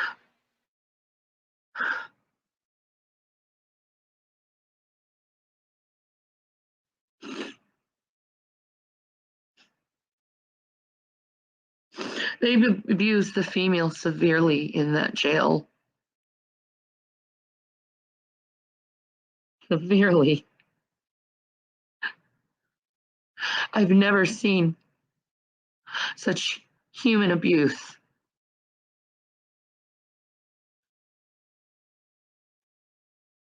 Those poor people. Those poor people. They don't deserve it. I don't care what they did. They don't deserve to be treated like animals like that. Those poor people. She makes it sound like there's a bunch of go-go dancers of naked women that are on display No, they're going to for be investigated everybody because this is to just going Google. to add on to what they did in March and all the other fucking corruption they've been going under and dealing with. It's just going to add on to the investigation of their corruption. And I think they know they made a mistake because of them showing up here at my door and questioning if I was okay. I think they knew they made a huge mistake.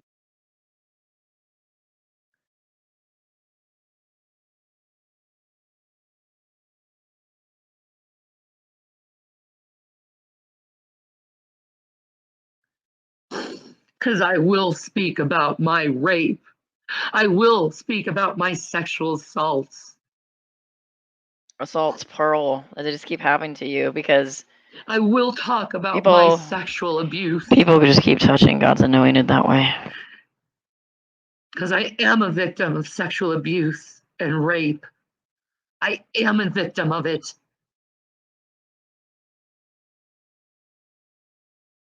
And you used me and Shanny, if all these things are happening to you constantly and there's just a parade, hide your kids, hide your wife, perhaps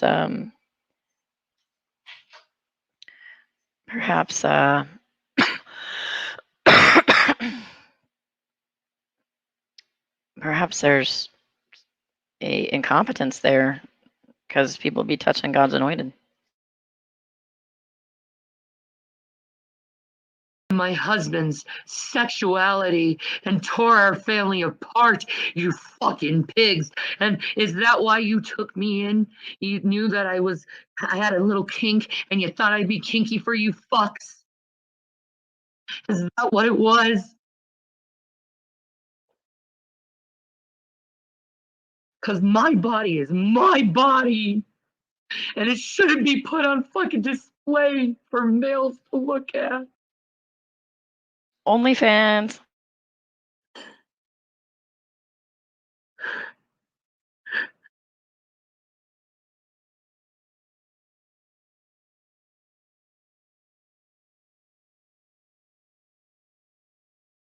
Fucking pigs. I'm never gonna trust the justice system or police ever again because of this.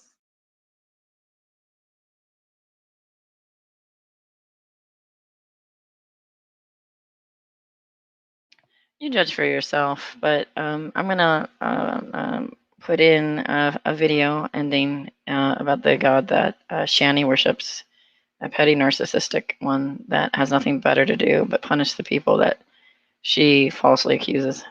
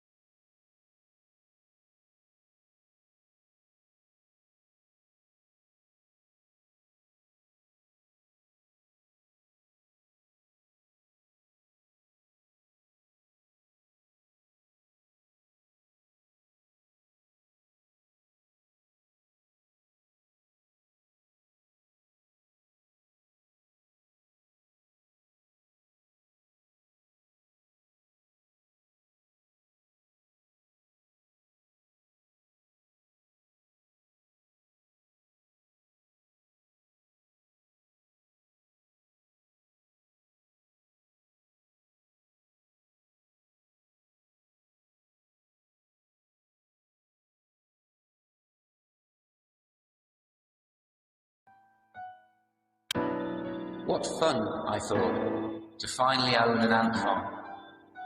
How interesting it would be to while away the hours watching the ants going about their business. And at first, kind viewer, it was fun, watching them multiply, expanding their home. I spent many hours watching every detail of their lives, doing what they had to do to survive. In fact, it's all I did, every day. They depended on me, you see. I think I started to love them. And of course, I wanted them to love me back. Such was my fun and my infinite love. I decided to extend the ant farm. Now, perhaps I went a little too far, especially in a residential area. But at last count, my colony consisted of 6.5 billion ants living in 2 tons of soil resting between 20 square meters of tumbler's glass, with 10,278 high-resolution digital cameras scattered throughout the nest. This time, I'd be able to see everything. As my hobby grew into obsession, I decided to actually take a close look at my beloved ants. I began to take an interest in individual ants, their habits, their behaviour, their lifestyles. And I have to tell you, kind viewer, it was somewhat of a shock. Ants are animals. They do the most disgusting things. Their personal hygiene is less than sanitary. And when you look really close, I mean close, they are so ugly. Stomach-churningly, bowel-looseningly ugly. They fornicate in groups, they murder each other, have no manners, and the idea that they should hide their genitalia simply hasn't occurred to any of them. I started talking to them, begging them, pleading with them to just change their ways. I held up signs, banners, and even wrote tiny messages that I left at the entrances to the nest, asking them to repent. But nothing happened, nothing changed. I sat at the edge of the glass tank, in a spotlight, waving my arms, expecting that they might notice me, recognise me as the one that brought them lettuce every morning. But still nothing. Not even a thanks for the lettuce, man. It would have been nice to have a little recognition. I wasn't asking to be worshipped as such, although I do give them everything. But a little acknowledgement would have been nice. But they could not see me. They could not hear me. They did not understand my words. And obviously this is entirely their fault. I don't know why, but this constant ignoring of my wonderfulness and my generosity made me angry.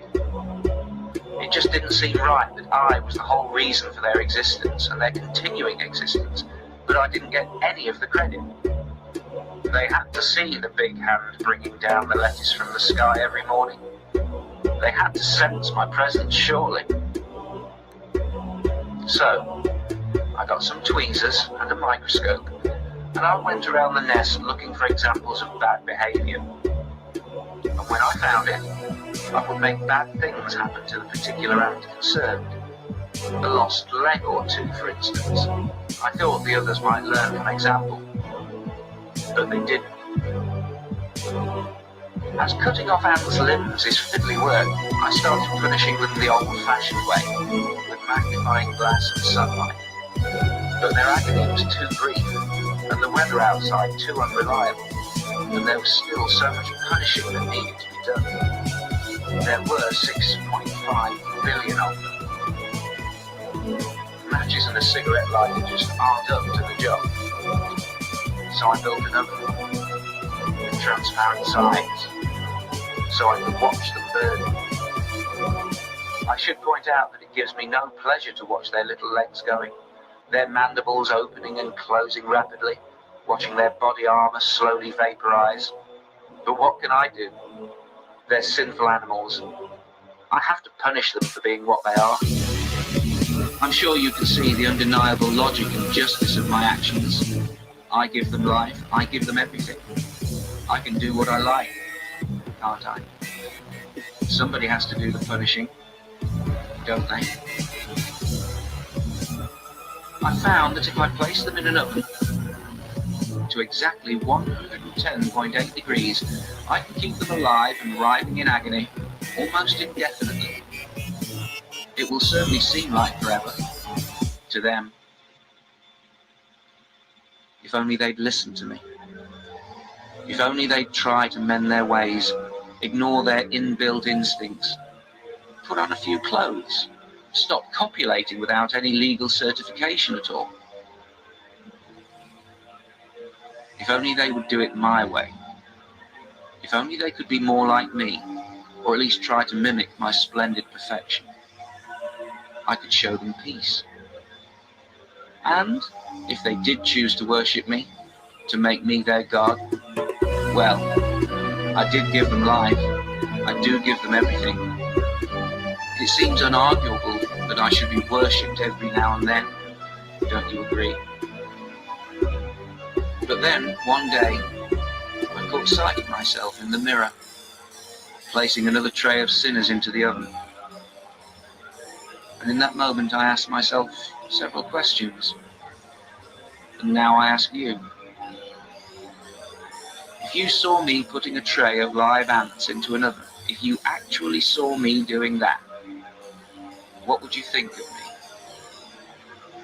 Am I not right to burn them? Am I wrong to expect their gratitude? Am I not worthy of their worship?